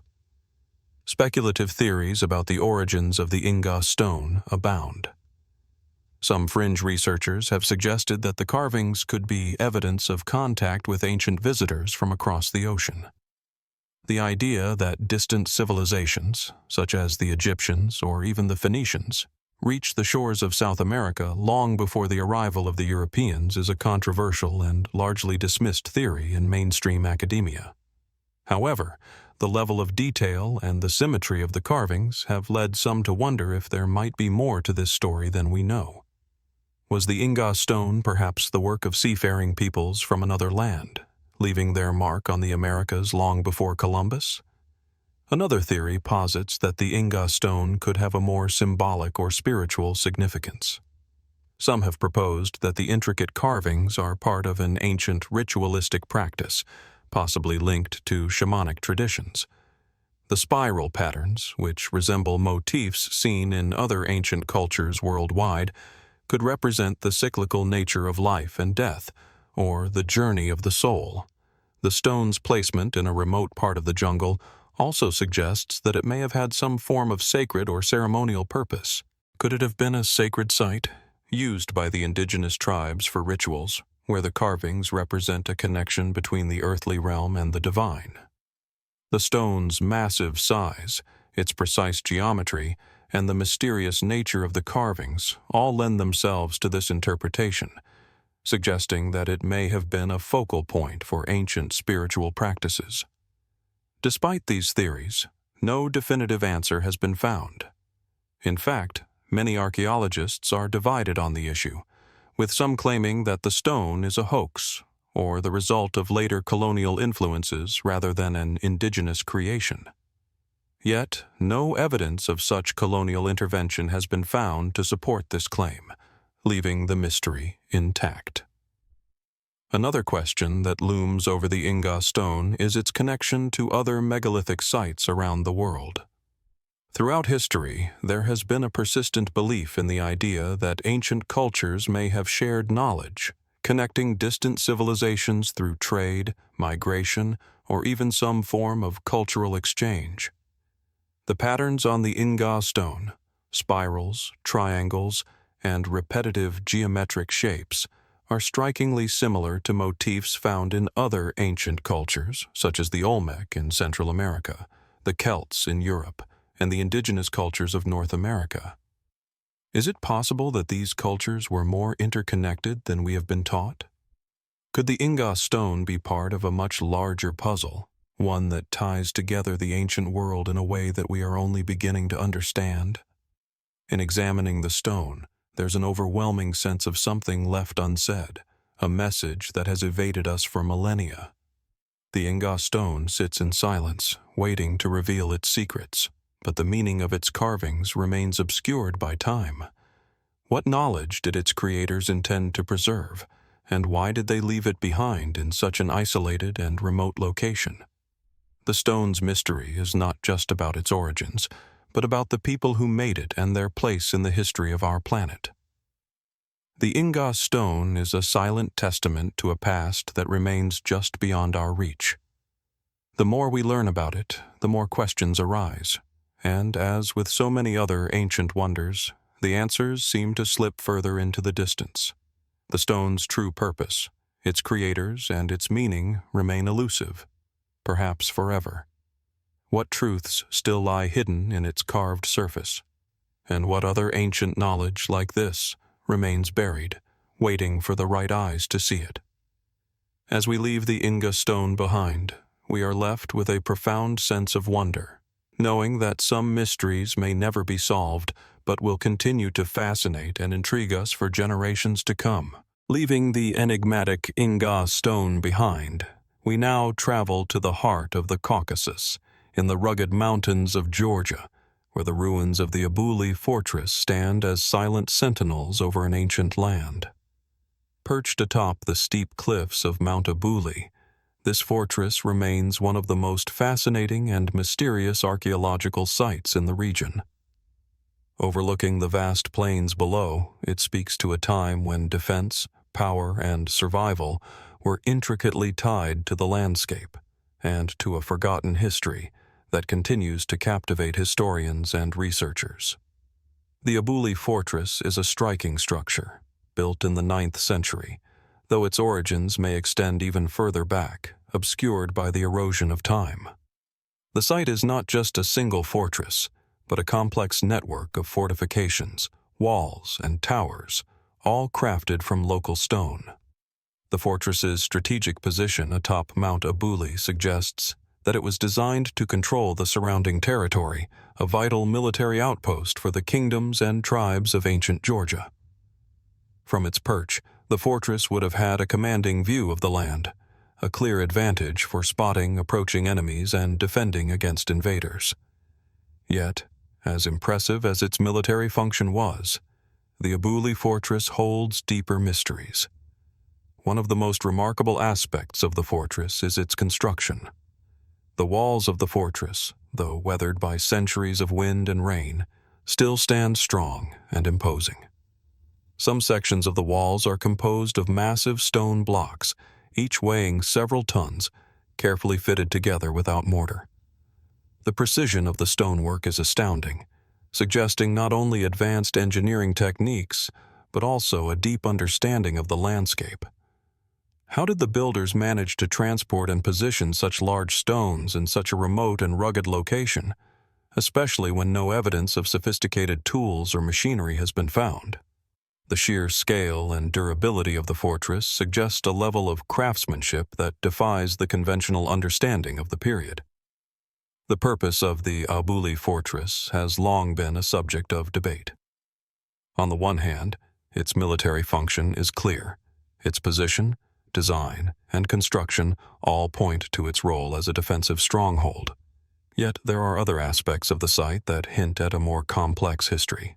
Some researchers have suggested that the fortress may have had a symbolic or ceremonial function, possibly serving as a place of religious or cultural significance. The precise alignment of certain structures within the fortress, such as its towers, suggests that the builders may have incorporated astronomical or spiritual elements into its design. Could the fortress have served not just as a fortification, but as a place of power, where the rulers or leaders of the region were believed to commune with the divine or with the forces of nature? Despite its military and possible spiritual significance, the Abuli Fortress remains largely unexplored and understudied. The region around the fortress is rugged and difficult to access, which has undoubtedly contributed to the site's relative obscurity. In recent years, however, archaeologists have begun to pay closer attention to the site, uncovering new information about its history and construction. Yet, for all that has been discovered, many aspects of the fortress remain a mystery. One of the most puzzling elements of the Abuli Fortress is its sudden abandonment. Like many other ancient fortresses, Abuli was left to fall into ruin, with little explanation as to why its occupants abandoned such a strategically important site. Some historians suggest that the fortress may have been overtaken by invaders, perhaps during the tumultuous periods of the medieval Caucasus, when various tribes and kingdoms vied for control of the region. Others point to the possibility of internal strife, perhaps a collapse of the ruling dynasty or an economic or political decline that rendered the fortress unnecessary. Could the fortress have been abandoned because it no longer served its purpose? Or was there a more profound reason for its desertion? Was the site, once a symbol of power and security, eventually left to the elements, its once proud walls becoming little more than a forgotten relic of a past era? Adding to the mystery of the Abuli Fortress is the possibility that it was part of a much larger network of fortifications spread across the Caucasus. Some researchers believe that the fortress was not an isolated structure, but was connected to a broader system of defense and communication across the mountains. Could Abuli have been part of a strategic military alliance, serving as a key outpost in a larger geopolitical struggle? Were there other fortresses like it, hidden in the mountains, each playing a role in a wider defense network that has since been lost to history? As we explore the Abuli Fortress, we are confronted not only with the awe-inspiring skill of its builders, but also with the many unanswered questions that remain. What drove the construction of such a formidable structure in such a remote and rugged location? Who were the people who lived and worked here, and what was their relationship to the broader history of the Caucasus? Were they simply military rulers, or did they play a more complex role in the region's cultural and spiritual life? The Abuli Fortress may be a relic of a military past, but it is also a symbol of a deeper, more profound mystery. Its walls, its towers, and its strategic position on the mountaintop all speak to a world that has long since disappeared, leaving behind only the echoes of its past. And yet, as with so many ancient sites, we are left to wonder, what more might we learn if we could uncover the full story of the fortress and its builders? What knowledge remains hidden beneath the weathered stones, waiting to be revealed? In the end, the Abuli Fortress remains a puzzle, its significance and purpose still shrouded in mystery. The more we learn about it, the more questions arise, and the deeper the mystery grows. Perhaps the answers lie in the stones themselves, waiting for the right person to decipher the clues and unlock the secrets of this ancient fortress.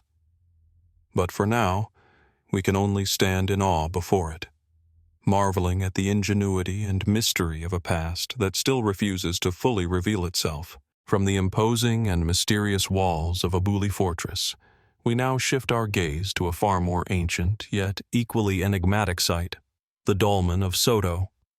Nestled in the rolling hills of the Iberian Peninsula in the province of León, Spain, this ancient megalithic structure stands as an enduring testament to the people who once inhabited this region, though their identity and motives remain largely unknown. The Dolmen of Soto is a type of burial chamber known as a dolmen, a prehistoric structure composed of large stone slabs arranged in a way that forms a chamber or a tomb. This particular dolmen consists of a series of towering vertical stones supporting a massive horizontal capstone. The structure is surrounded by a circular mound of earth, which, over time, has been eroded and obscured by the passage of centuries. The size and weight of the stones suggest an extraordinary level of effort and organization, requiring skilled labor and substantial resources to construct. The dolmen, though relatively simple in design, holds a profound sense of ancient power, its very presence evoking questions that have remained unanswered for millennia. At first glance, the Dolmen of Soto might appear like just another example of megalithic architecture, akin to the thousands of dolmens scattered across Europe. Yet, there is something about this particular site that sets it apart. Unlike some dolmens, which are clearly linked to known cultures, the Dolmen of Soto offers few clues as to the people who built it. It is believed to date back to the late Neolithic period, around 3000 BCE, a time when early farming communities were beginning to settle in the region. However, what is striking about the Dolmen of Soto is its level of precision and the sheer scale of its construction.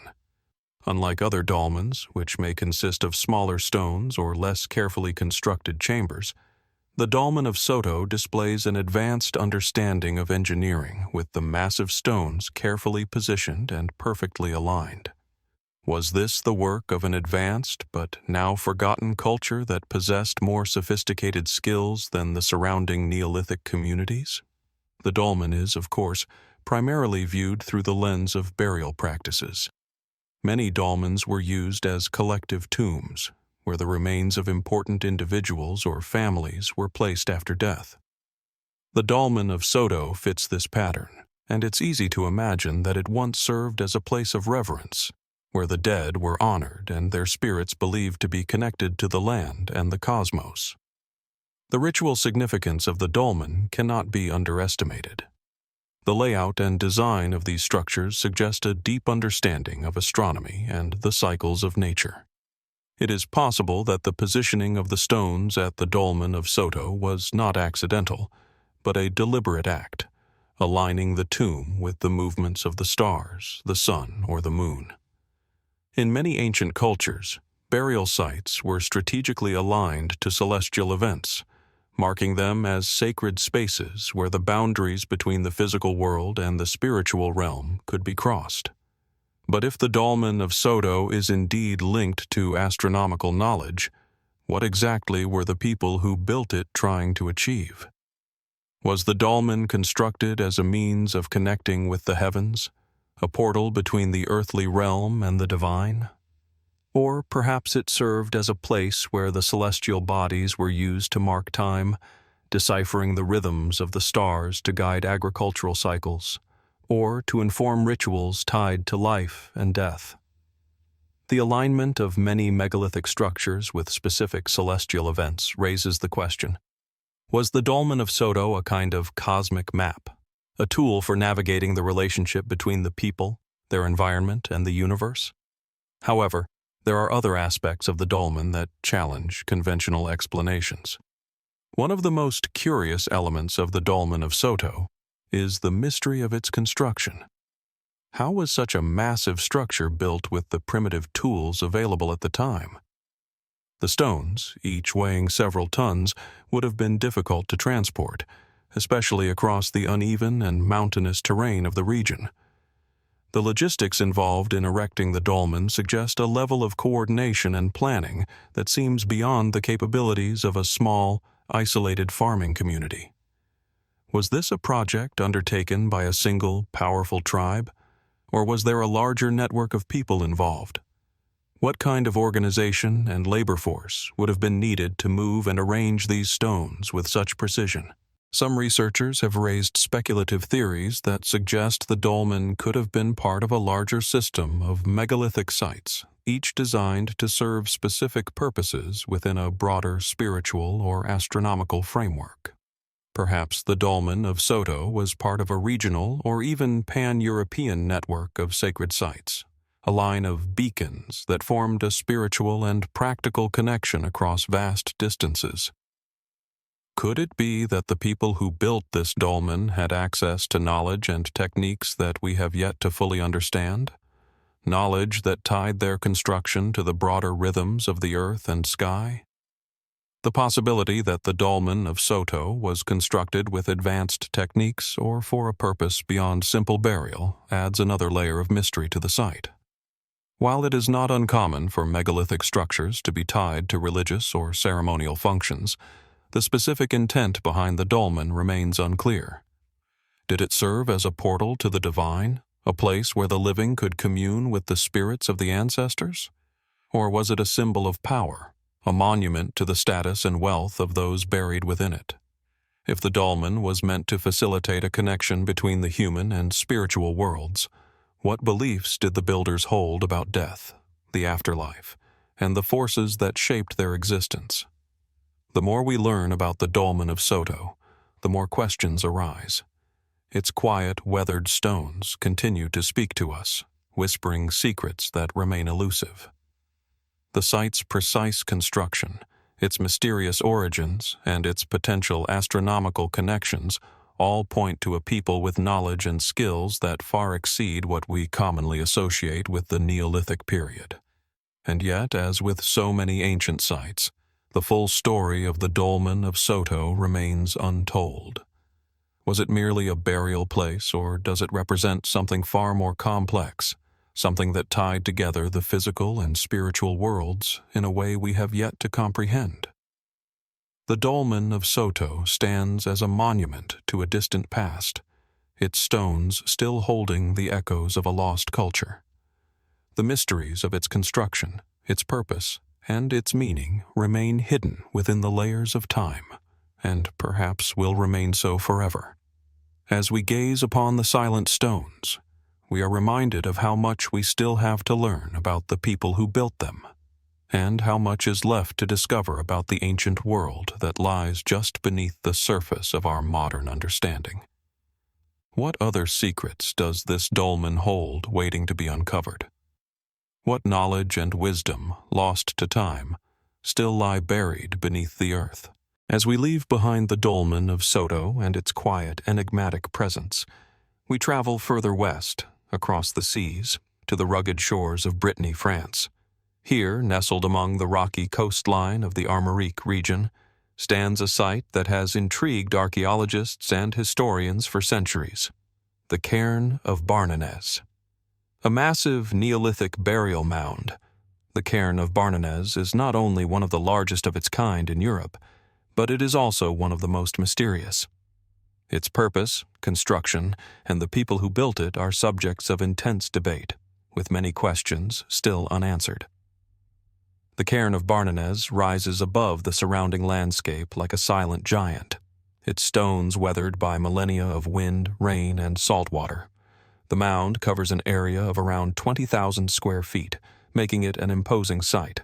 It is composed of vast blocks of stone, arranged with an almost deliberate precision, creating a structure that still stands tall despite the ravages of time. Unlike many other megalithic structures that are simply burial sites, the Cairn of Barnenez is a vast, multi-chambered tomb with over 50 burial chambers hidden within its massive, stone-filled core. Its sheer size and complexity make it an extraordinary example of ancient architecture, suggesting a highly organized and sophisticated society capable of monumental feats of construction. The cairn itself is thought to have been built around 6000 BCE, placing it firmly in the Neolithic period. The fact that it was constructed so early in human history raises immediate questions about the level of technological knowledge possessed by its builders. The stones used to create the structure were not only large but carefully shaped, suggesting that the people who constructed the cairn had access to advanced stoneworking techniques. How, with the primitive tools available to them, did they manage to quarry, transport, and position such enormous stones? How was it possible to build a structure of this scale and intricacy, one that would have required not only a vast labor force, but also an exceptional understanding of geometry and engineering? The chambers within the cairn have yielded important clues about its function. Archaeologists believe that the cairn was used as a burial site, likely for multiple generations of individuals. Some of the chambers contain human remains, along with grave goods such as pottery and tools, which provide insight into the lives of those who were interred there. However, unlike some other burial mounds, the Cairn of Barnenez does not appear to have been a simple family tomb or a memorial for a single individual. Instead, its size and complexity suggest that it may have served as a communal site where the deceased were honored collectively. But who were these people, and what did they believe about death, the afterlife, and the passage of time? One of the most intriguing aspects of the Cairn of Barnenez is its alignment with the surrounding landscape. Some researchers believe that the structure may have had astronomical or spiritual significance. The entrance to the cairn is aligned with the rising sun during the winter solstice, suggesting that it could have been used as a ceremonial site, where the movement of the sun and stars played a key role in rituals or beliefs. Could the cairn have been built as a kind of cosmic marker, designed to track the movements of celestial bodies and guide the people in their agricultural or spiritual practices? The connection between burial sites and celestial events is well documented in many ancient cultures, and it is possible that the builders of the Cairn of Barnenez had a similar understanding of the cosmos and its influence on their lives. Yet, despite the relatively well-documented history of the cairn's construction and purpose, much about it remains shrouded in mystery. For instance, the identity of the people who built the cairn is still uncertain. The site was likely constructed by an early farming culture, but their exact ethnicity and cultural affiliations remain unknown. Some theories suggest that the people who built the cairn were part of a broader maritime culture, one that had knowledge of navigation and long-distance travel. If this is true, it would explain why the Cairn of Barnenez is positioned on such a prominent site overlooking the sea, perhaps as a monument to the dead or as a symbolic link between the land, the sea, and the heavens. What is even more striking is that the Cairn of Barnenez may have been part of a larger network of burial sites that spread across Europe. There are similarities between the cairn and other Neolithic structures found in Britain, Ireland, and Scandinavia, suggesting that there may have been a shared tradition of megalithic construction across the continent.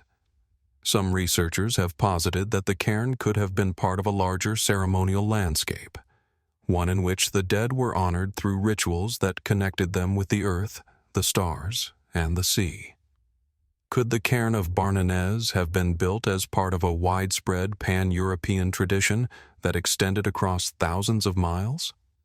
Adding to the mystery is the question of why the cairn was constructed at such a large scale. Was it simply a tomb, a place to honor the dead, or was it something more? The size and grandeur of the structure suggests that it may have been a powerful symbol, not just of death, but of the community's connection to the land and to the forces that governed their lives. The cairn could have represented a kind of ancestor worship, a way of linking the living with the dead and maintaining a connection to those who had passed on. Perhaps it was a symbol of unity, a monument to the strength of a people who were bound together by shared beliefs and a common history. Yet, despite these theories, we may never fully understand the true significance of the Cairn of Barnenez. The more we learn about the site, the more questions arise. What was the purpose of the complex system of chambers inside the cairn? Was the structure meant to house the remains of many generations, or was it primarily for the interment of a select few? Could there have been a deeper, more spiritual meaning behind the structure's design and alignment? What knowledge did its builders possess, and what did they believe about the natural and supernatural worlds? As the wind sweeps across the barren landscape of Brittany, we are reminded of the passage of time and of how much of the past remains hidden from our view. The Cairn of Barnenez stands as a testament to a people and a culture whose beliefs and practices continue to elude us. It is a powerful reminder that, no matter how much we discover, the full story of human history is far from complete. What other secrets lie buried beneath the stones of the Cairn of Barnenez? And what knowledge might still remain hidden, waiting for the right moment to be revealed? These are the questions that continue to haunt this ancient monument, urging us to keep searching, keep exploring, and keep wondering. As we leave behind the mysterious and awe-inspiring Cairn of Barnenez, we now turn our attention to a vast and largely unexplored necropolis in the heart of the Arabian Peninsula, the Bat, al-Khutm, and Al-Ain necropolis. Situated in the rugged mountains of Oman, this sprawling burial site is one of the most significant archaeological discoveries of recent decades, yet much of its history and purpose remains shrouded in mystery. The Bat, al-Khutm, and Al-Ain necropolis is an ancient cemetery complex, composed of hundreds of burial mounds spread across the barren landscape. Some of these burial structures are cairns, piles of stones that form beehive-like tombs, while others are large stone-built tombs that resemble structures similar to those found in the Mediterranean and Near East. The necropolis covers an area of approximately 30 square kilometers, making it one of the largest and most elaborate burial sites in the Arabian world. The tombs themselves are striking in their size and architecture.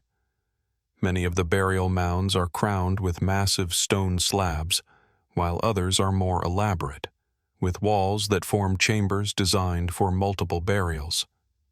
The site is thought to have been used for over a millennium, from around 3000 BCE to 1300 BCE, during the height of the Hafid culture, an ancient civilization that inhabited the region.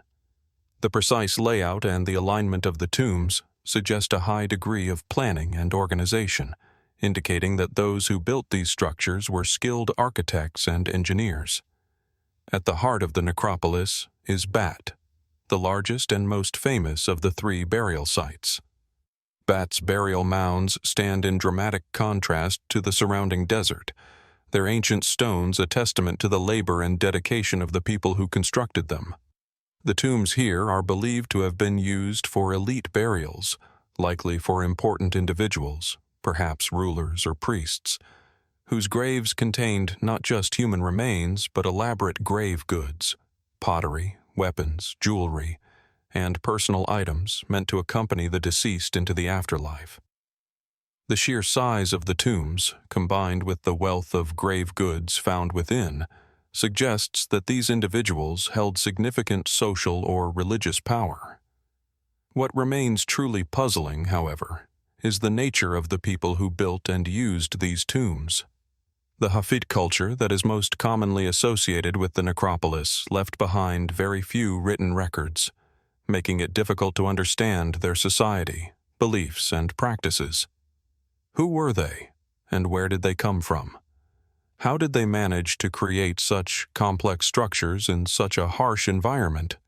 And why did they choose to bury their dead in such a conspicuous manner, in stone tombs that would endure for millennia?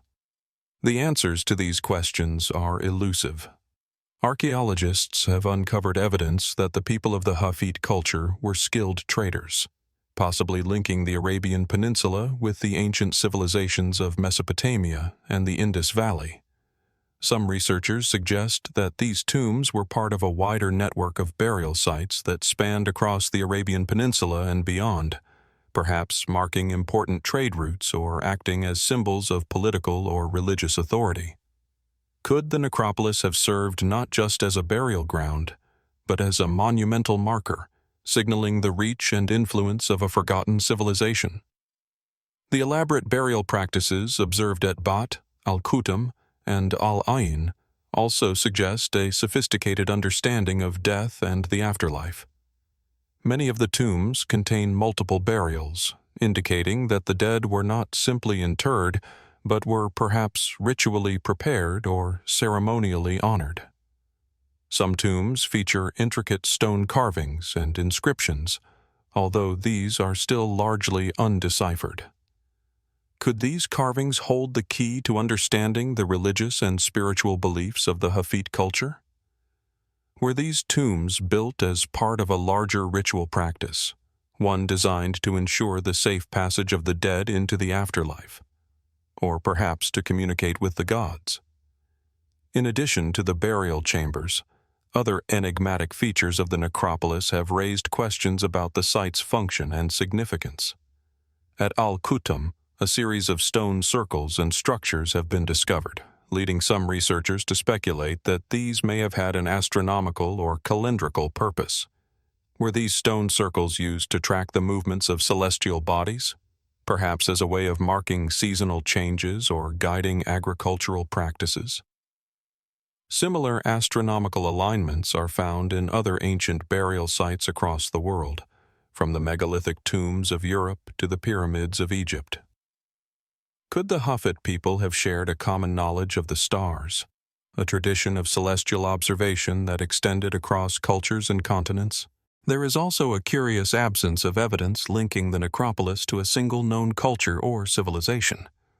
While the Hafid culture is most closely associated with the site, there are indications that other groups may have interacted with or even influenced the people of the necropolis.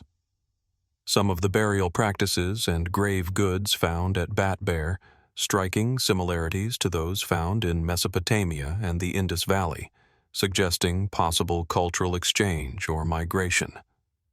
Could the Bat, Al-Khutm, and Al-Ain necropolis represent a crossroads of ancient civilizations, where ideas, beliefs, and technologies from different cultures converged?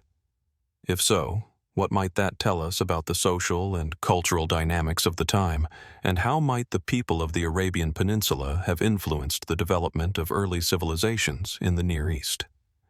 As with many ancient sites, the more we uncover about the Bat, Al-Khutm, and Al-Ain necropolis, the more questions arise. What was the true purpose of the stone tombs and burial chambers? Were they designed solely for the dead, or did they serve as monuments to the living, as symbols of political or spiritual power? Were the Hafid people alone in their understanding of the afterlife, or did they draw upon a wider, shared knowledge of death, spirituality, and the cosmos. The mysteries of the Bat, Al-Khutm, and Al-Ain necropolis are not just about the people who built it, but about what that construction tells us about the ancient world. The grand scale and intricate design of the tombs, combined with the absence of definitive written records, force us to ask, what was the nature of the society that built these monumental structures? And how did they view life, death, and the forces that governed the universe? The answers may never be fully known, but the necropolis stands as a silent monument, urging us to explore, to learn, and to wonder about the lost civilizations of the distant past. What other secrets might lie buried beneath the stones, waiting for the right question, the right discovery, to unlock their hidden truths? As we move from the ancient Bat, Al-Khutm, and Al-Ain necropolis, a site that blends death with celestial meaning, let's now turn our attention to a very different yet equally enigmatic location, the Arslantepe Mounds in eastern Turkey. This sprawling archaeological site, situated near the banks of the Tigris River, is home to one of the most important and puzzling discoveries of the ancient world, offering glimpses into a lost civilization that once flourished in the heart of Anatolia. The Arslantepe Mounds are a complex of ancient ruins that span several thousand years of history, from the early Neolithic to the Bronze Age. The site is particularly famous for its well-preserved remains of a massive, multi-layered settlement, providing vital clues about the development of early urban societies. Unlike many ancient settlements, Arslantepe is not just a typical burial ground or religious center. It is, in fact, a monumental site of governance, commerce, and innovation, suggesting that the people of this region were not merely surviving, but thriving, building an intricate social structure, engaging in long-distance trade, and practicing early forms of bureaucracy. When you first approach the Arslantepe Mounds, the site is deceptively quiet. The mounds, which are scattered across the landscape, are framed by the stark hills of southeastern Turkey. Though they rise like gentle hills in the distance, these mounds represent layers of human activity and memory, built upon each other over millennia. Beneath the earth lie the remnants of houses, temples, and large public buildings, structures designed not just for daily life, but for governance, ritual, and power. This was a place where rulers wielded authority and where society took shape in ways we can only begin to understand. Excavations at Arslantepe have uncovered a wide variety of artifacts, including pottery, tools, sculptures, and intricate bas-reliefs that depict scenes of authority and ceremonial power.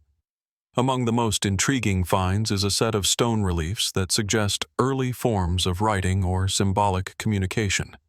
These reliefs depict human figures engaged in various activities, some familiar, like feasting, while others seem almost fantastical, hinting at an understanding of social hierarchies and even the divine. Who were these people, and what did they understand about the world around them? How did they communicate their thoughts, ideas, and beliefs? But perhaps the most striking feature of Arslantepe is its early use of monumental architecture. The site features some of the most elaborate buildings known to have existed during the late Chalcolithic and early Bronze Age, many of which were constructed around large ceremonial spaces. One of the most extraordinary discoveries was the discovery of a grand palace complex, adorned with stone reliefs and frescoes that are thought to represent the rise of the first kings or rulers in the region. This palace is considered one of the earliest known examples of a state or centralized political power in the ancient world, with evidence suggesting that it was a seat of governance where decisions were made, and where symbols of power were carefully displayed. As impressive as these architectural achievements are, they also raise an unsettling question. How did the people of Arslantepe manage to develop such a sophisticated hierarchical society so early in history? The city existed long before the great civilizations of Egypt or Mesopotamia began to rise, and yet it displays many of the hallmarks of advanced political systems and complex urban life.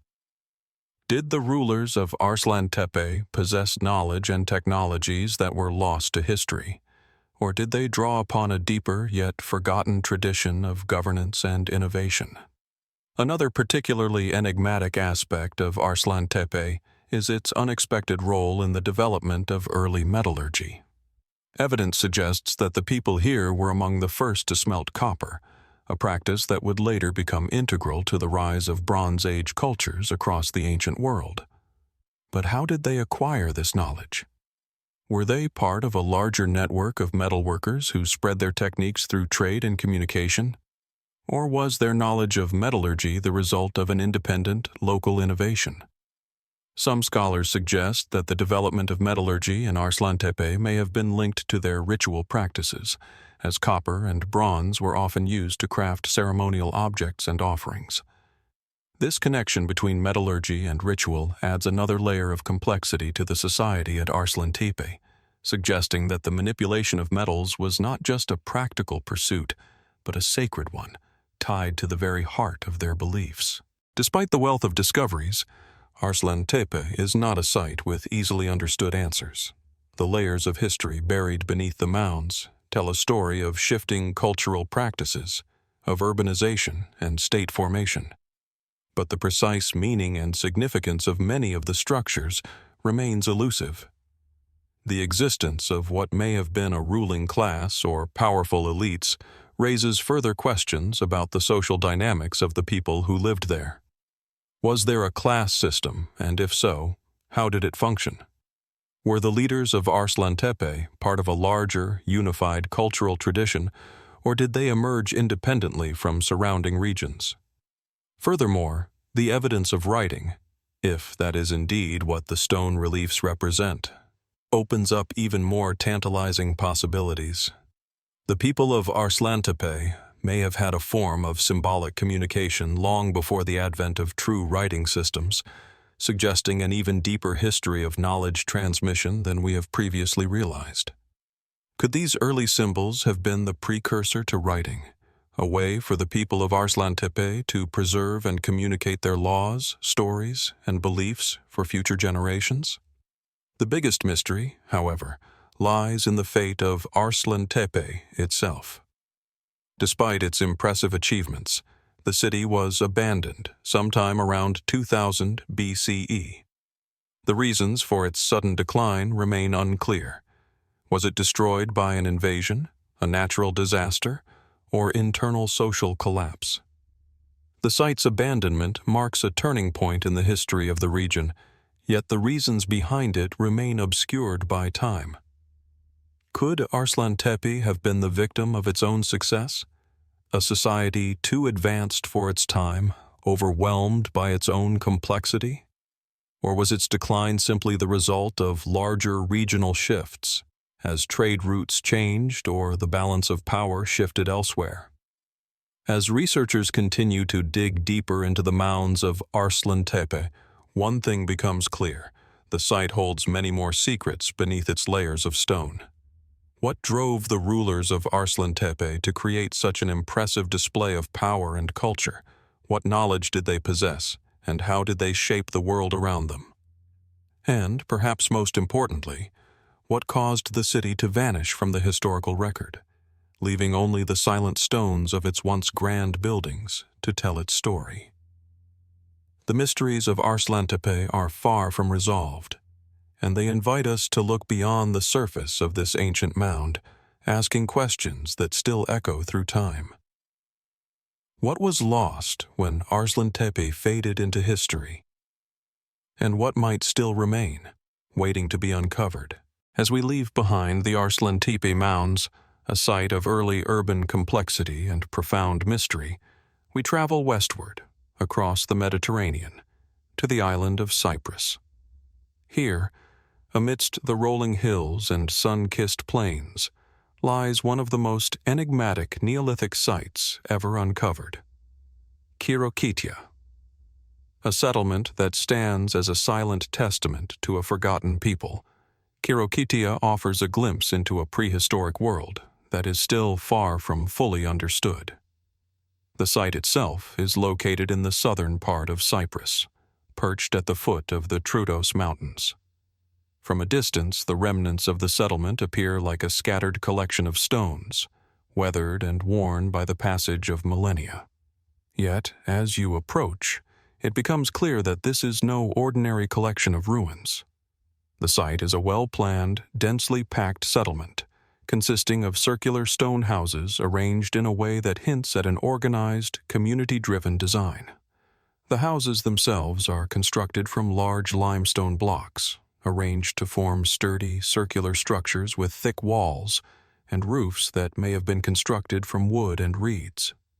These stone houses are unlike those found in many other ancient settlements, standing as a symbol of early architectural ambition and sophistication. Khirokitia dates back to around 7000 BCE, making it one of the most significant Neolithic settlements in the eastern Mediterranean. It was inhabited by a society of early farmers who, over the centuries, developed a complex social and cultural structure. Yet, despite the extensive excavations and studies conducted on the site, many questions remain unanswered. How did the people of Khirokitia live, and what did they believe? What prompted them to build such a unique and permanent settlement in this isolated part of the island? The layout of Khirokitia itself is perhaps one of its most striking features. The houses are tightly packed together, often in clusters, with narrow streets winding between them. The homes are arranged in a way that suggests a community that was designed with cooperation in mind, perhaps even an early attempt at urban planning. The fact that the settlement was constructed with such precision and forethought indicates that the people of Khirokitia possessed not only a strong sense of organization, but also the ability to plan for the long term.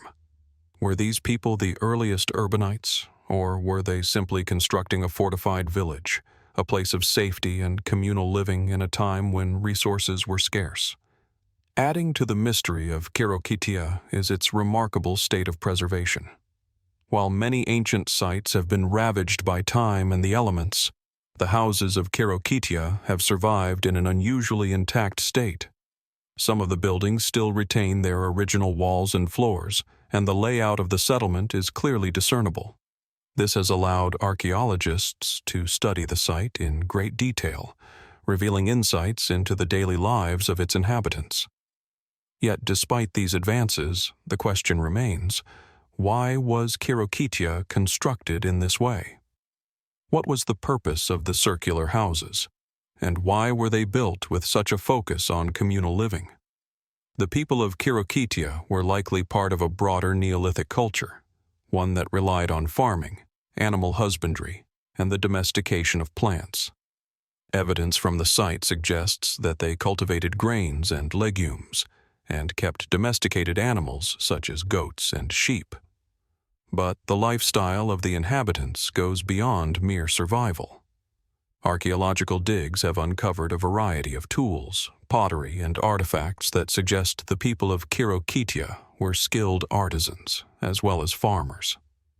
The pottery found at the site is finely crafted, with intricate designs that hint at an appreciation for art and beauty.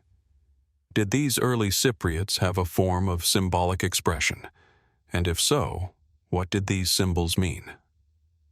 Interestingly, many of the houses at Khirokitia also feature large stone foundations that suggest an elevated living space. This is unusual for Neolithic architecture, as most homes of this period were built directly on the ground. The raised houses at Khirokitia may have served a specific purpose, such as protection from flooding or pests, or perhaps to elevate the inhabitants above the surrounding environment for social, spiritual, or symbolic reasons. Could these raised houses indicate a society that was already beginning to develop social hierarchies, with certain individuals or families occupying more prominent positions within the community? One of the most intriguing aspects of Khirokitia is the lack of a central monumental structure, such as a temple or palace, that we might expect to find in other Neolithic settlements. In fact, the site is remarkably devoid of any overt signs of religious or political structures. This has led some scholars to question the nature of society in Khirokitia. Was it a society based on collective cooperation, where decisions were made by consensus? Or did it have a more complex social structure, one in which certain individuals or families held power, yet kept it hidden from view? Could the people of Khirokitia have maintained a form of egalitarianism, where the community as a whole was more important than the individual? One of the most puzzling aspects of Khirokitia, however, is the sudden and unexplained abandonment of the site around 2000 BCE. Despite its remarkable state of preservation and the apparent success of the settlement, the people of Khirokitia disappeared from the site without leaving behind any clear record of why they left.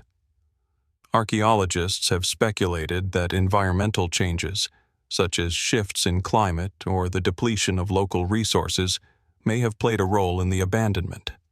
Others suggest that the settlement was abandoned due to social unrest, or perhaps external pressures from neighboring groups. Whatever the cause, the sudden disappearance of the inhabitants of Khirokitia adds yet another layer of mystery to the site. There are also questions about the people who came after Khirokitia. The Bronze Age saw the arrival of new cultures on Cyprus, bringing with them new technologies, new social structures, and new ways of living. Did the people of Khirokitia merge with these new arrivals, or did they vanish entirely from the historical record? Was Khirokitia simply one chapter in a larger story of migration and cultural evolution, or was it a unique, self-contained society whose legacy was lost to time? The discovery of Khirokitia has provided us with many insights into the early stages of human civilization, but it has also raised far more questions than answers.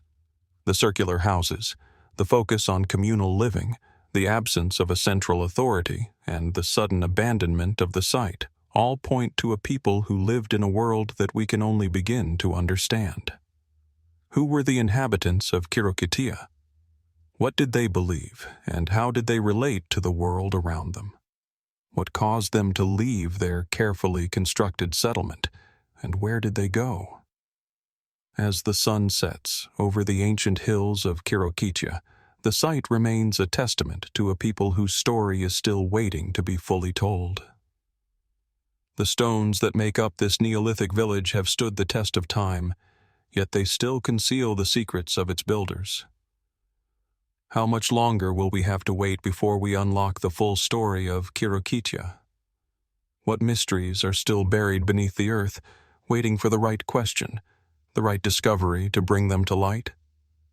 As with so many other ancient sites, the answers may always remain just out of reach, but the search for them continues.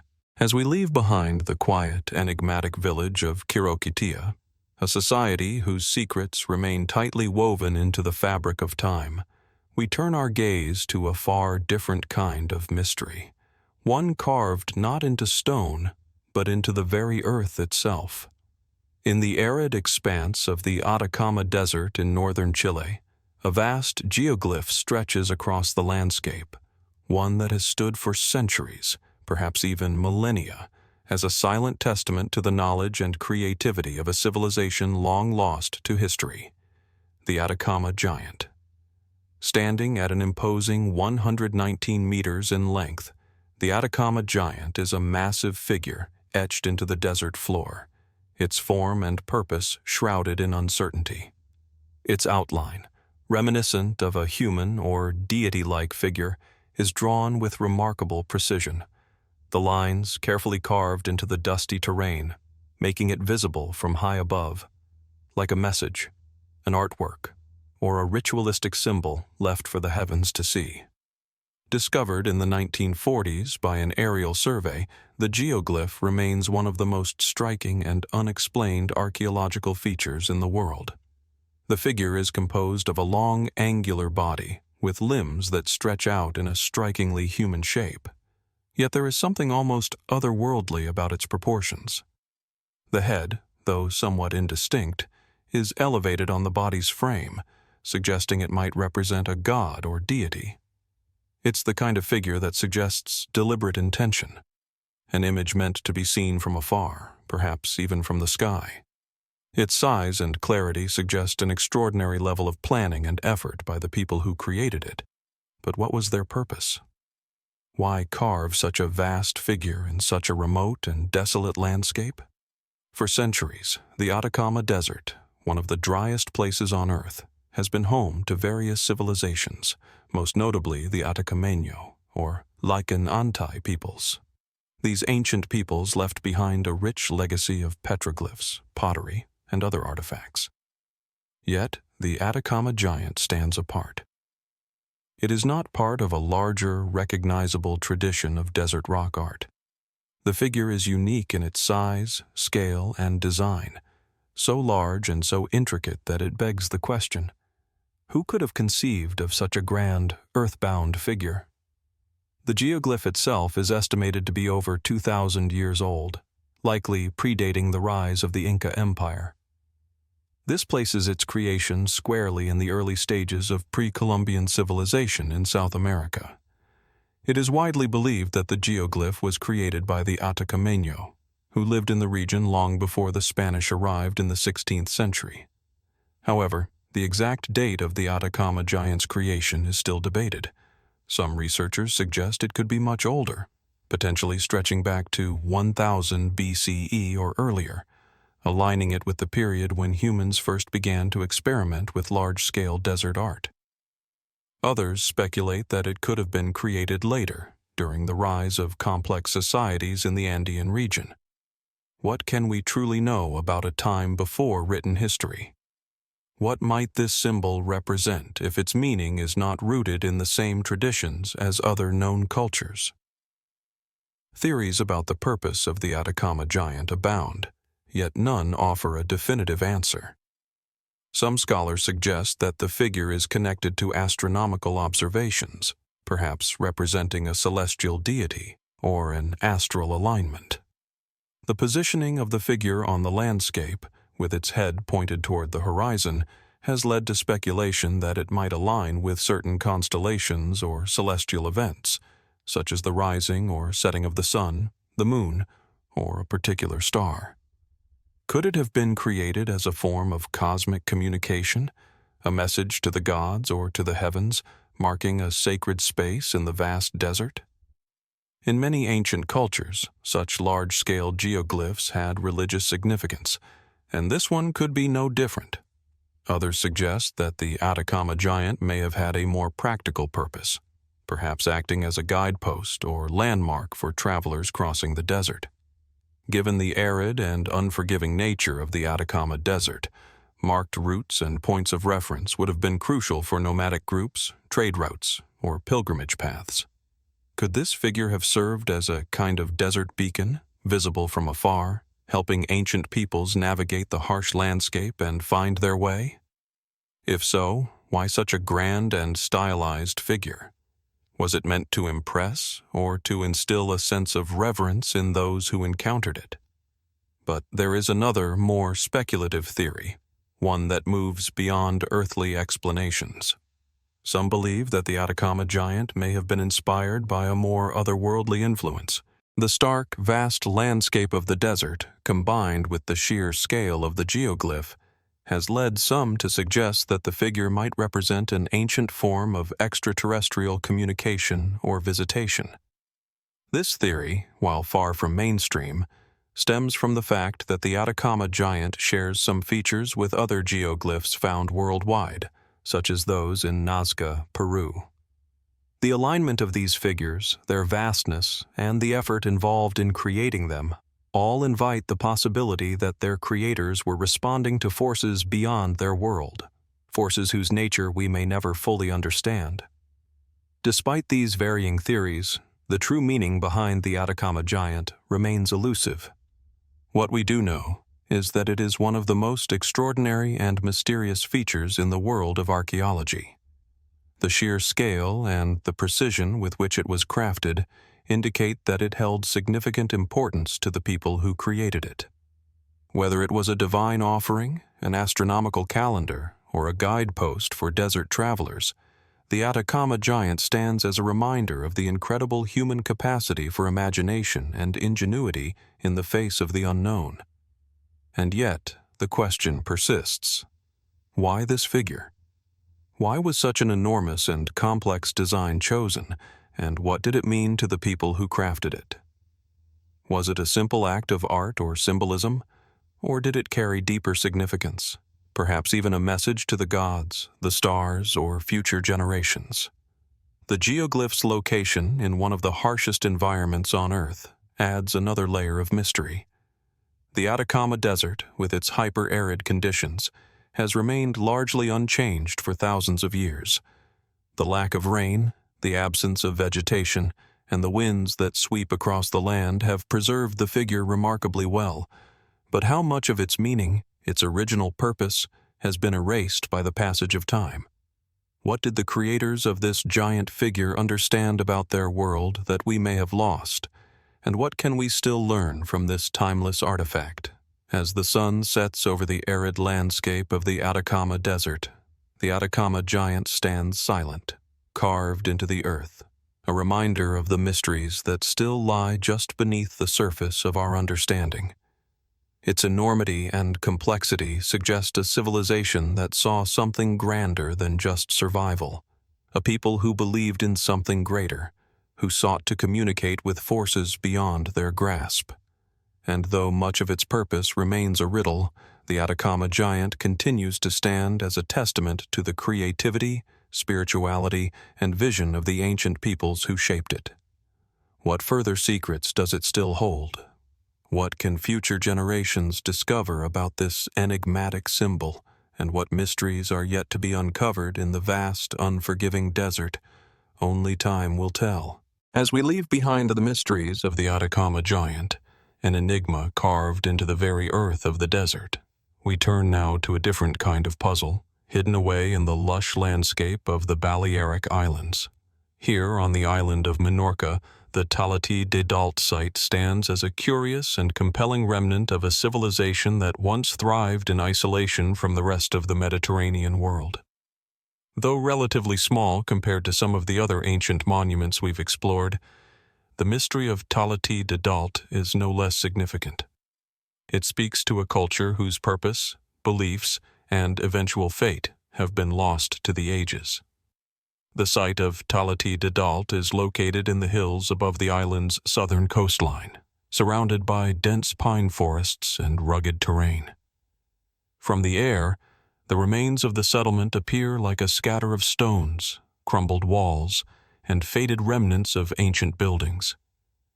But upon closer inspection, one can discern the outline of structures that once formed a thriving community, centuries before the Roman conquest and before the island was even known to the great civilizations of the ancient world.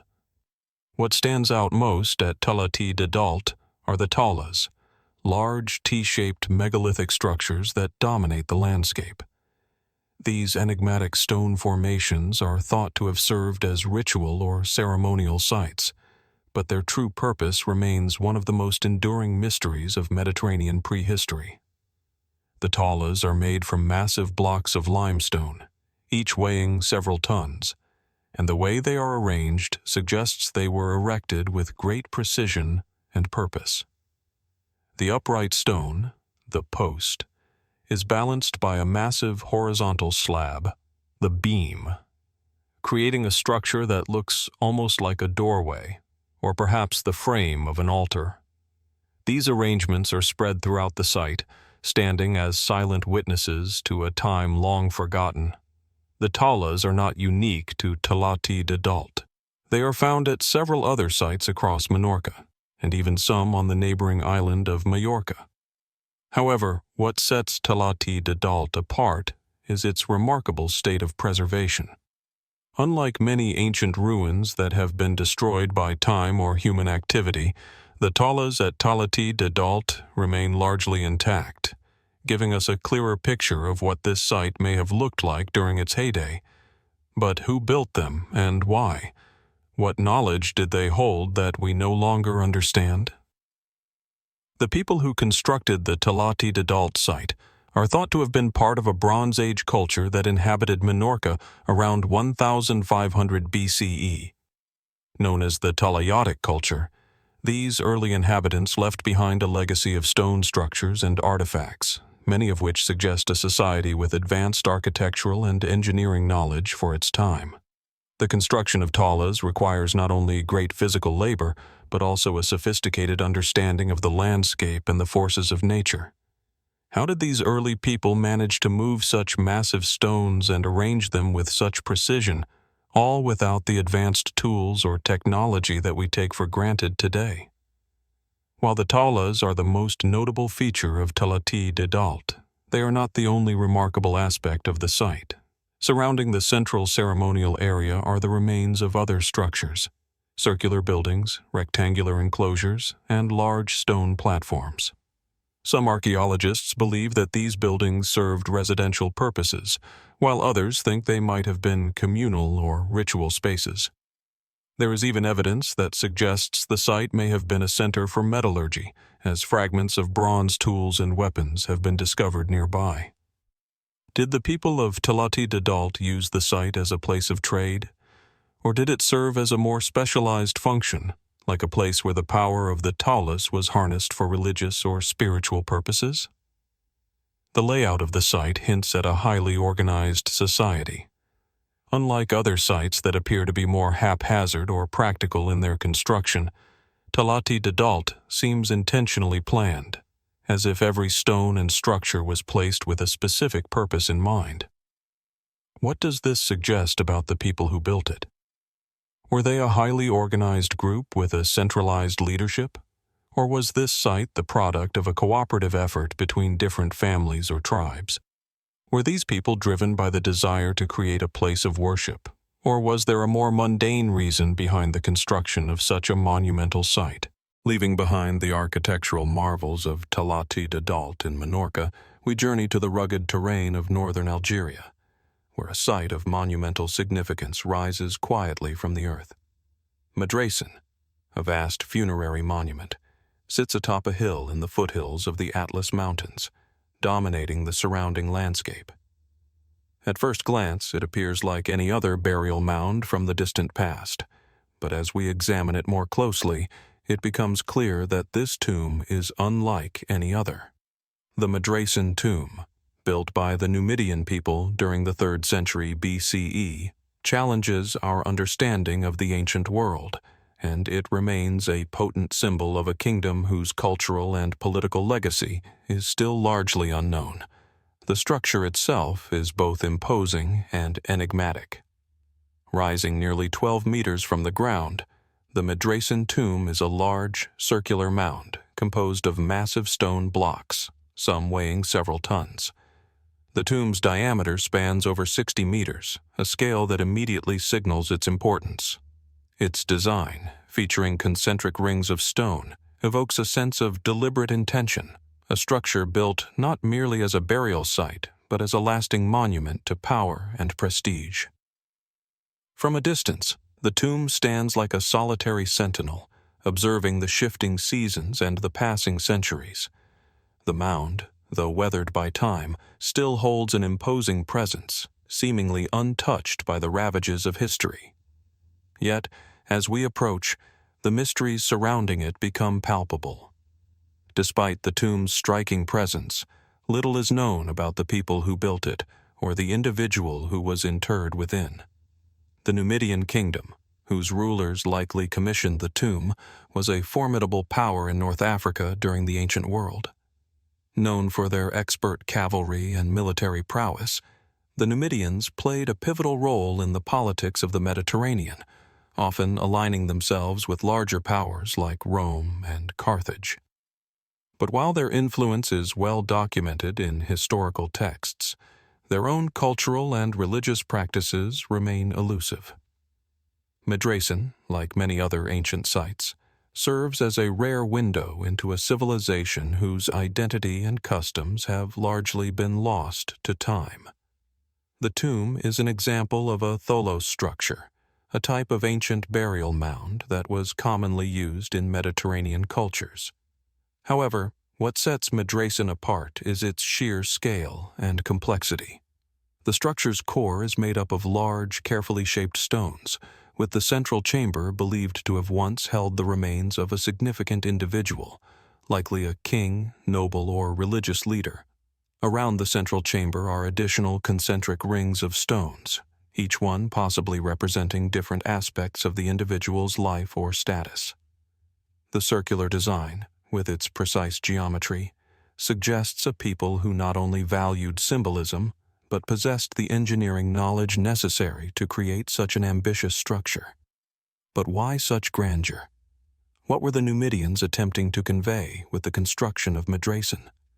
Could it be that the tomb was built to serve as a symbol of divine or royal authority, a place where the deceased ruler could continue to exert influence over the land and people even in death?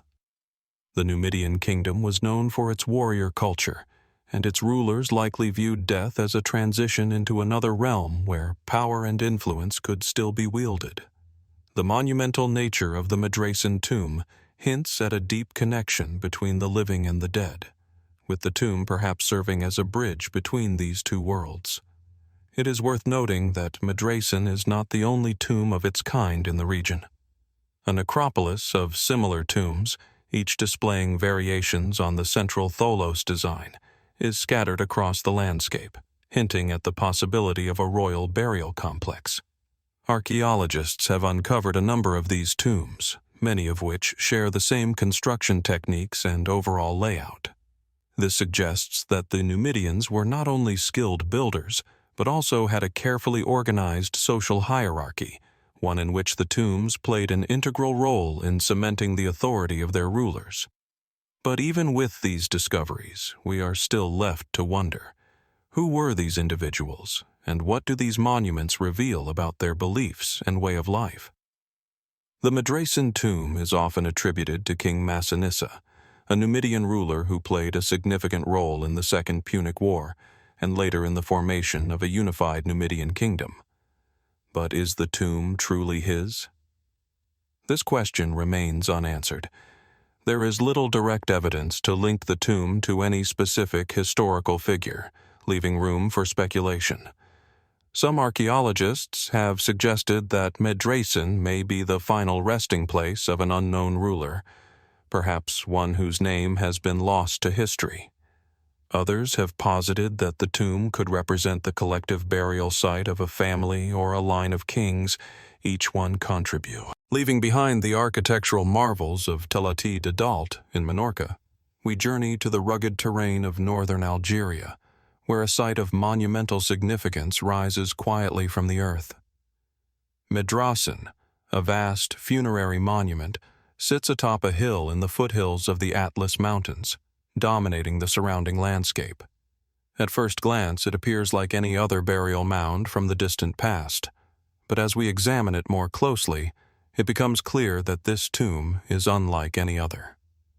The Medracen tomb, built by the Numidian people during the 3rd century BCE, challenges our understanding of the ancient world, and it remains a potent symbol of a kingdom whose cultural and political legacy is still largely unknown. The structure itself is both imposing and enigmatic. Rising nearly 12 meters from the ground, the Medracen tomb is a large, circular mound composed of massive stone blocks, some weighing several tons. The tomb's diameter spans over 60 meters, a scale that immediately signals its importance. Its design, featuring concentric rings of stone, evokes a sense of deliberate intention, a structure built not merely as a burial site, but as a lasting monument to power and prestige. From a distance, the tomb stands like a solitary sentinel, observing the shifting seasons and the passing centuries. The mound, though weathered by time, still holds an imposing presence, seemingly untouched by the ravages of history. Yet, as we approach, the mysteries surrounding it become palpable. Despite the tomb's striking presence, little is known about the people who built it, or the individual who was interred within. The Numidian kingdom, whose rulers likely commissioned the tomb, was a formidable power in North Africa during the ancient world. Known for their expert cavalry and military prowess, the Numidians played a pivotal role in the politics of the Mediterranean, often aligning themselves with larger powers like Rome and Carthage. But while their influence is well documented in historical texts, their own cultural and religious practices remain elusive. Medracen, like many other ancient sites, serves as a rare window into a civilization whose identity and customs have largely been lost to time. The tomb is an example of a tholos structure, a type of ancient burial mound that was commonly used in Mediterranean cultures. However, what sets Medracen apart is its sheer scale and complexity. The structure's core is made up of large, carefully shaped stones, with the central chamber believed to have once held the remains of a significant individual, likely a king, noble, or religious leader. Around the central chamber are additional concentric rings of stones, each one possibly representing different aspects of the individual's life or status. The circular design, with its precise geometry, suggests a people who not only valued symbolism, but possessed the engineering knowledge necessary to create such an ambitious structure. But why such grandeur? What were the Numidians attempting to convey with the construction of Medracen? Could it be that the tomb was built to serve as a symbol of divine or royal authority? A place where the deceased ruler could continue to exert influence over the land and people, even in death? The Numidian kingdom was known for its warrior culture, and its rulers likely viewed death as a transition into another realm where power and influence could still be wielded. The monumental nature of the Medracen tomb hints at a deep connection between the living and the dead, with the tomb perhaps serving as a bridge between these two worlds. It is worth noting that Medracen is not the only tomb of its kind in the region. A necropolis of similar tombs, each displaying variations on the central tholos design, is scattered across the landscape, hinting at the possibility of a royal burial complex. Archaeologists have uncovered a number of these tombs, many of which share the same construction techniques and overall layout. This suggests that the Numidians were not only skilled builders, but also had a carefully organized social hierarchy, one in which the tombs played an integral role in cementing the authority of their rulers.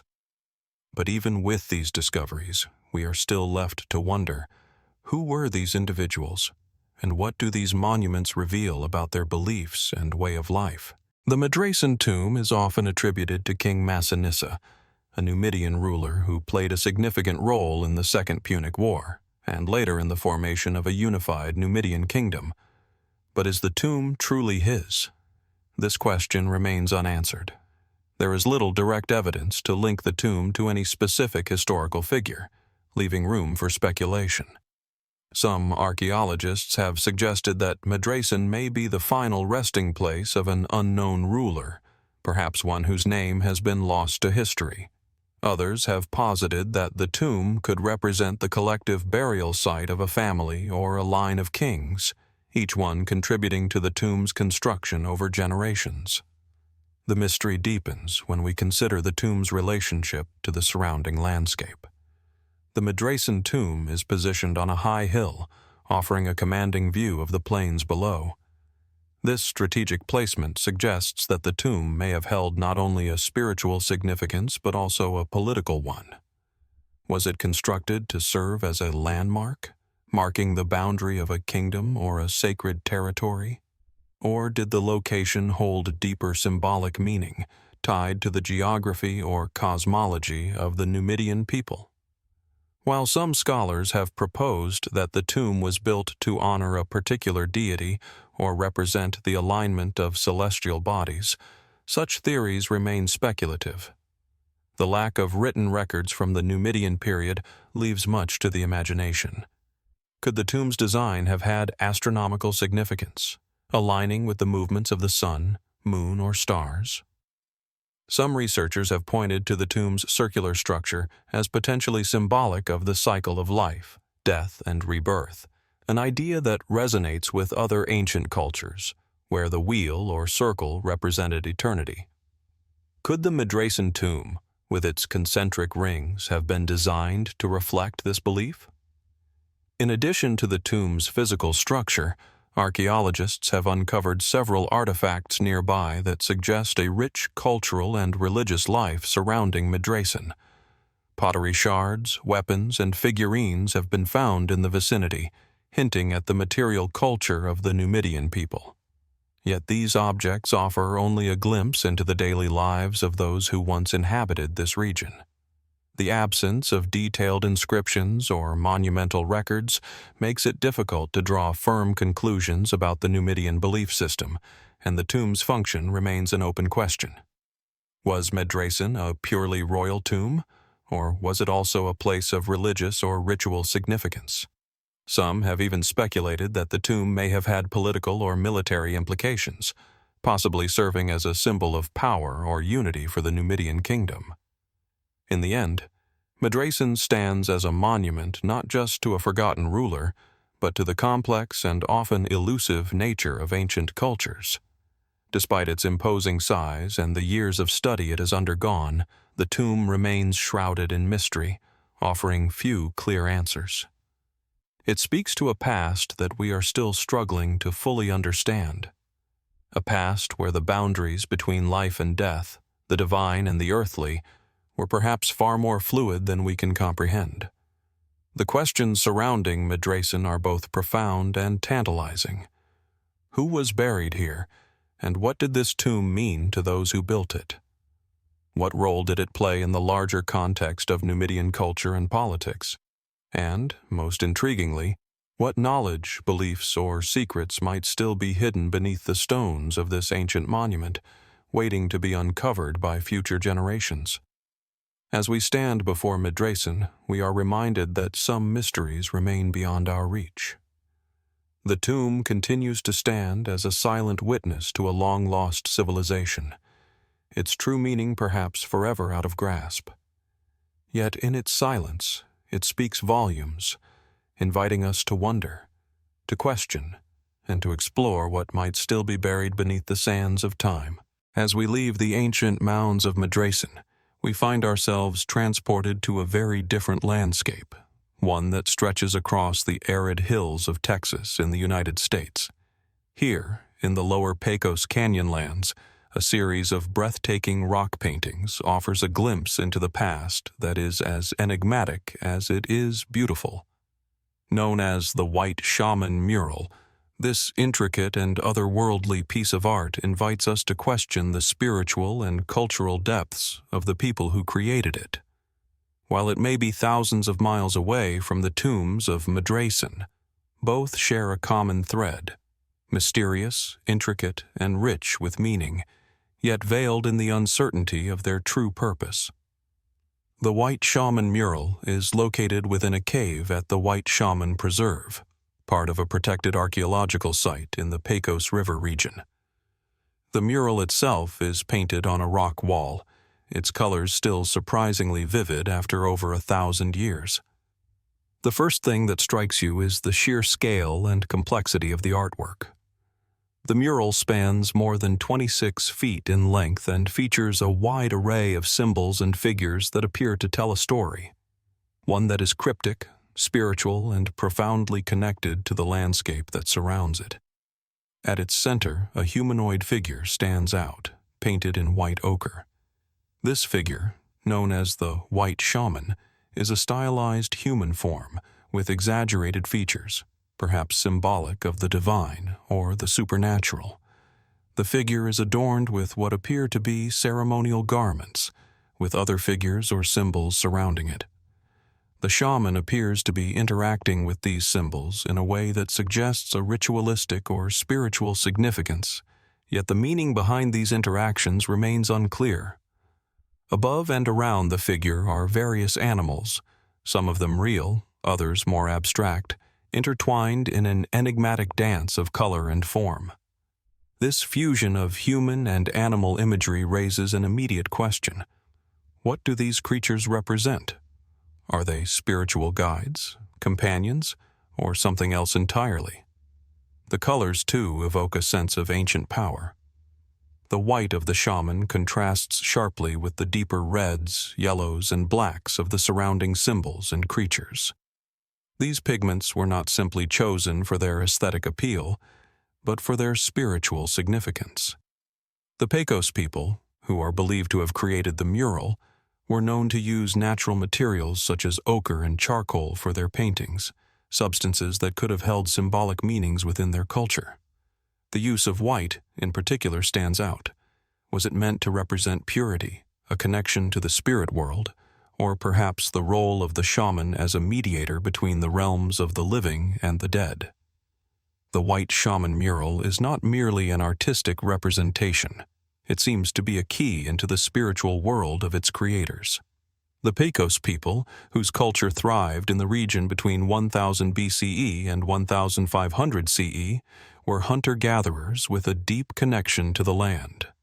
They lived in a challenging environment, with harsh summers and freezing winters, yet they left behind incredible works of art like this mural, which is one of the most well-preserved rock art sites in North America.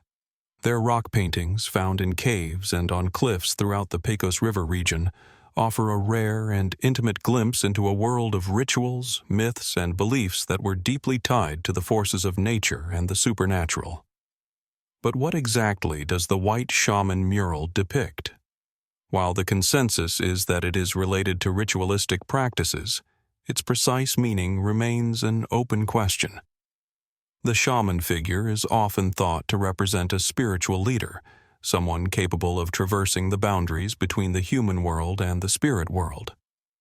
But what exactly was the role of the shaman in Pecos society? Was he, or she, an intermediary between the living and the dead, a healer, a guide, or even a visionary?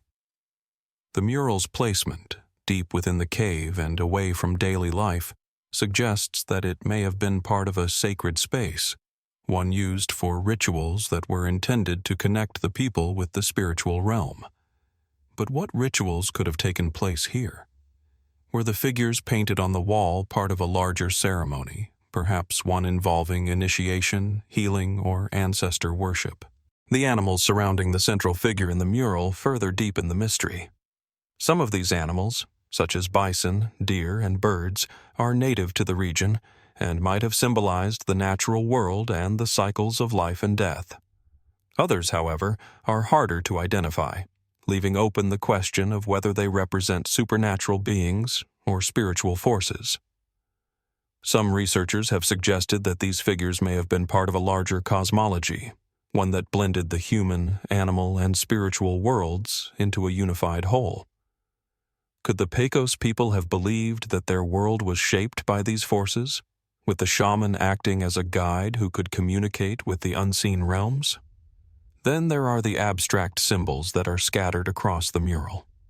These symbols, some geometric, others more organic, have puzzled researchers for years. Some believe they represent the cycles of the moon or the stars, aligning with the Pecos people's reliance on the rhythms of nature for survival. Others suggest that the shapes could represent spiritual concepts, such as fertility, rebirth, or the passage of time. The meaning of these symbols is still largely speculative, as no written record remains to explain them. And yet, there is a haunting sense that these images, though they defy easy interpretation, were once a language unto themselves, a way for the Pecos people to encode their most sacred beliefs into the rock itself.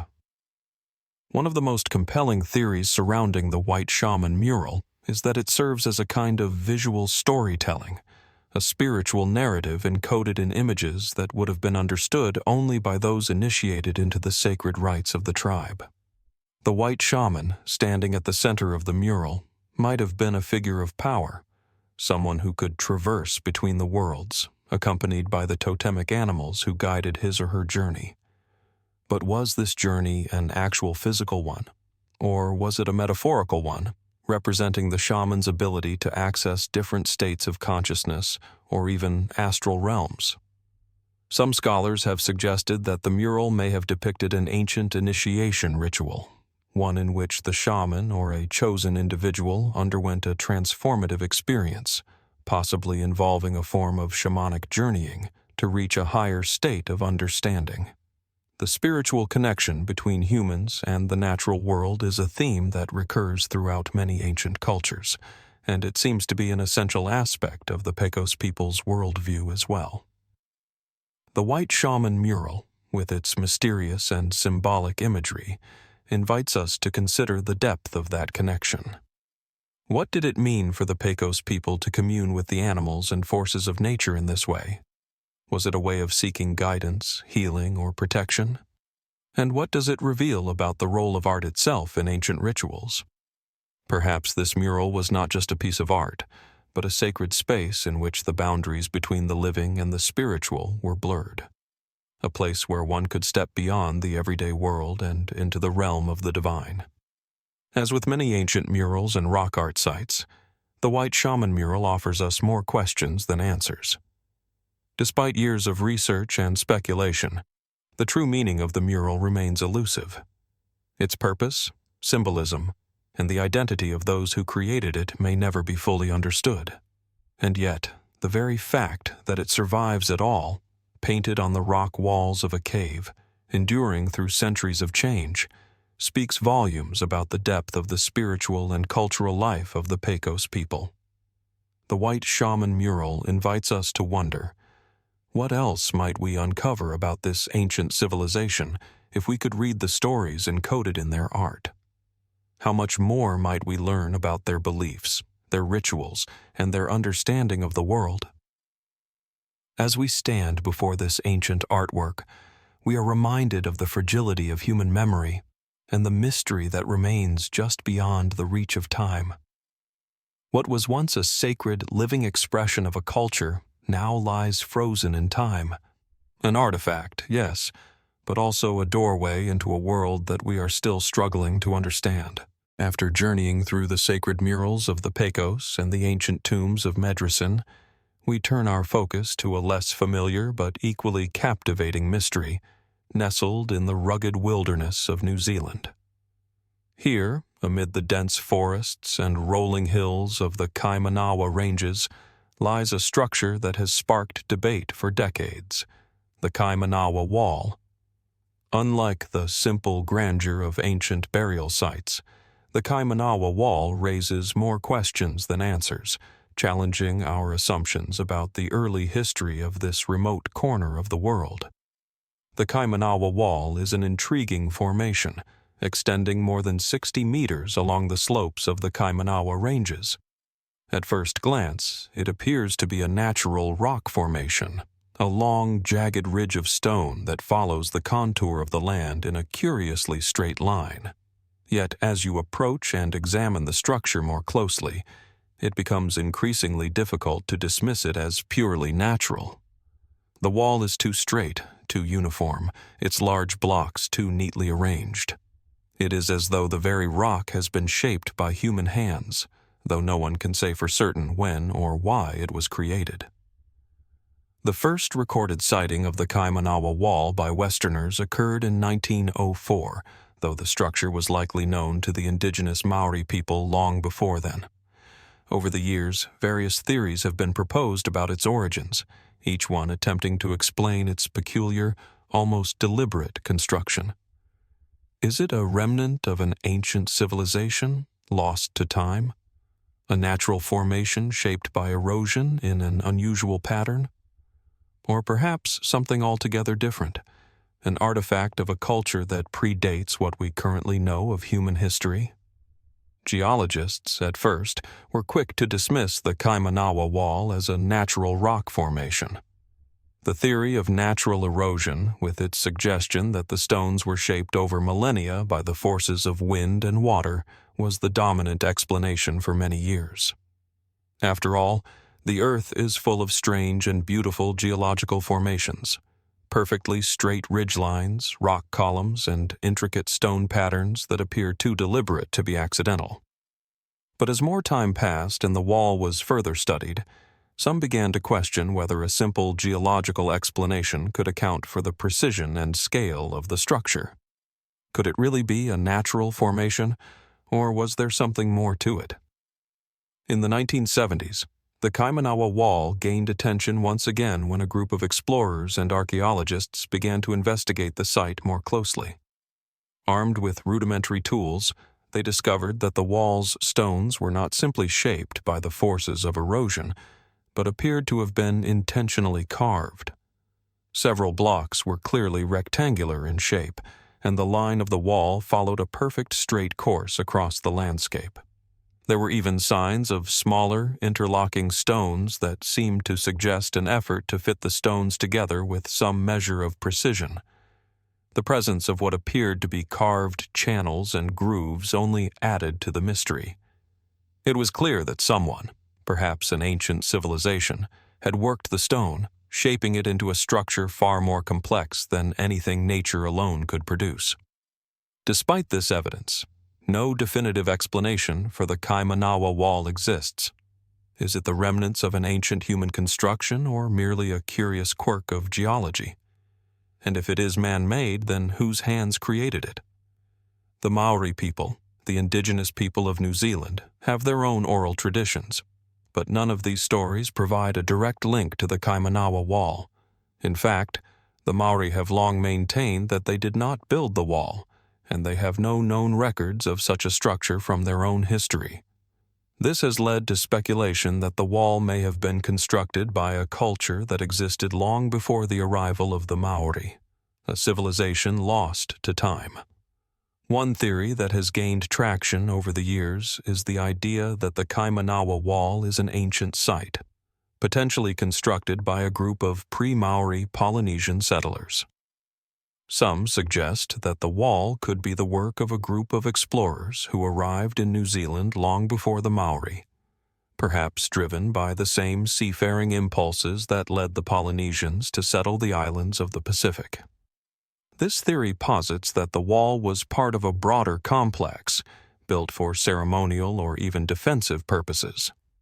If this is true, it would suggest that New Zealand's history stretches far beyond the conventional timeline we currently accept. Yet, other researchers have proposed a more controversial hypothesis, that the Kaimanawa Wall is not the work of humans at all.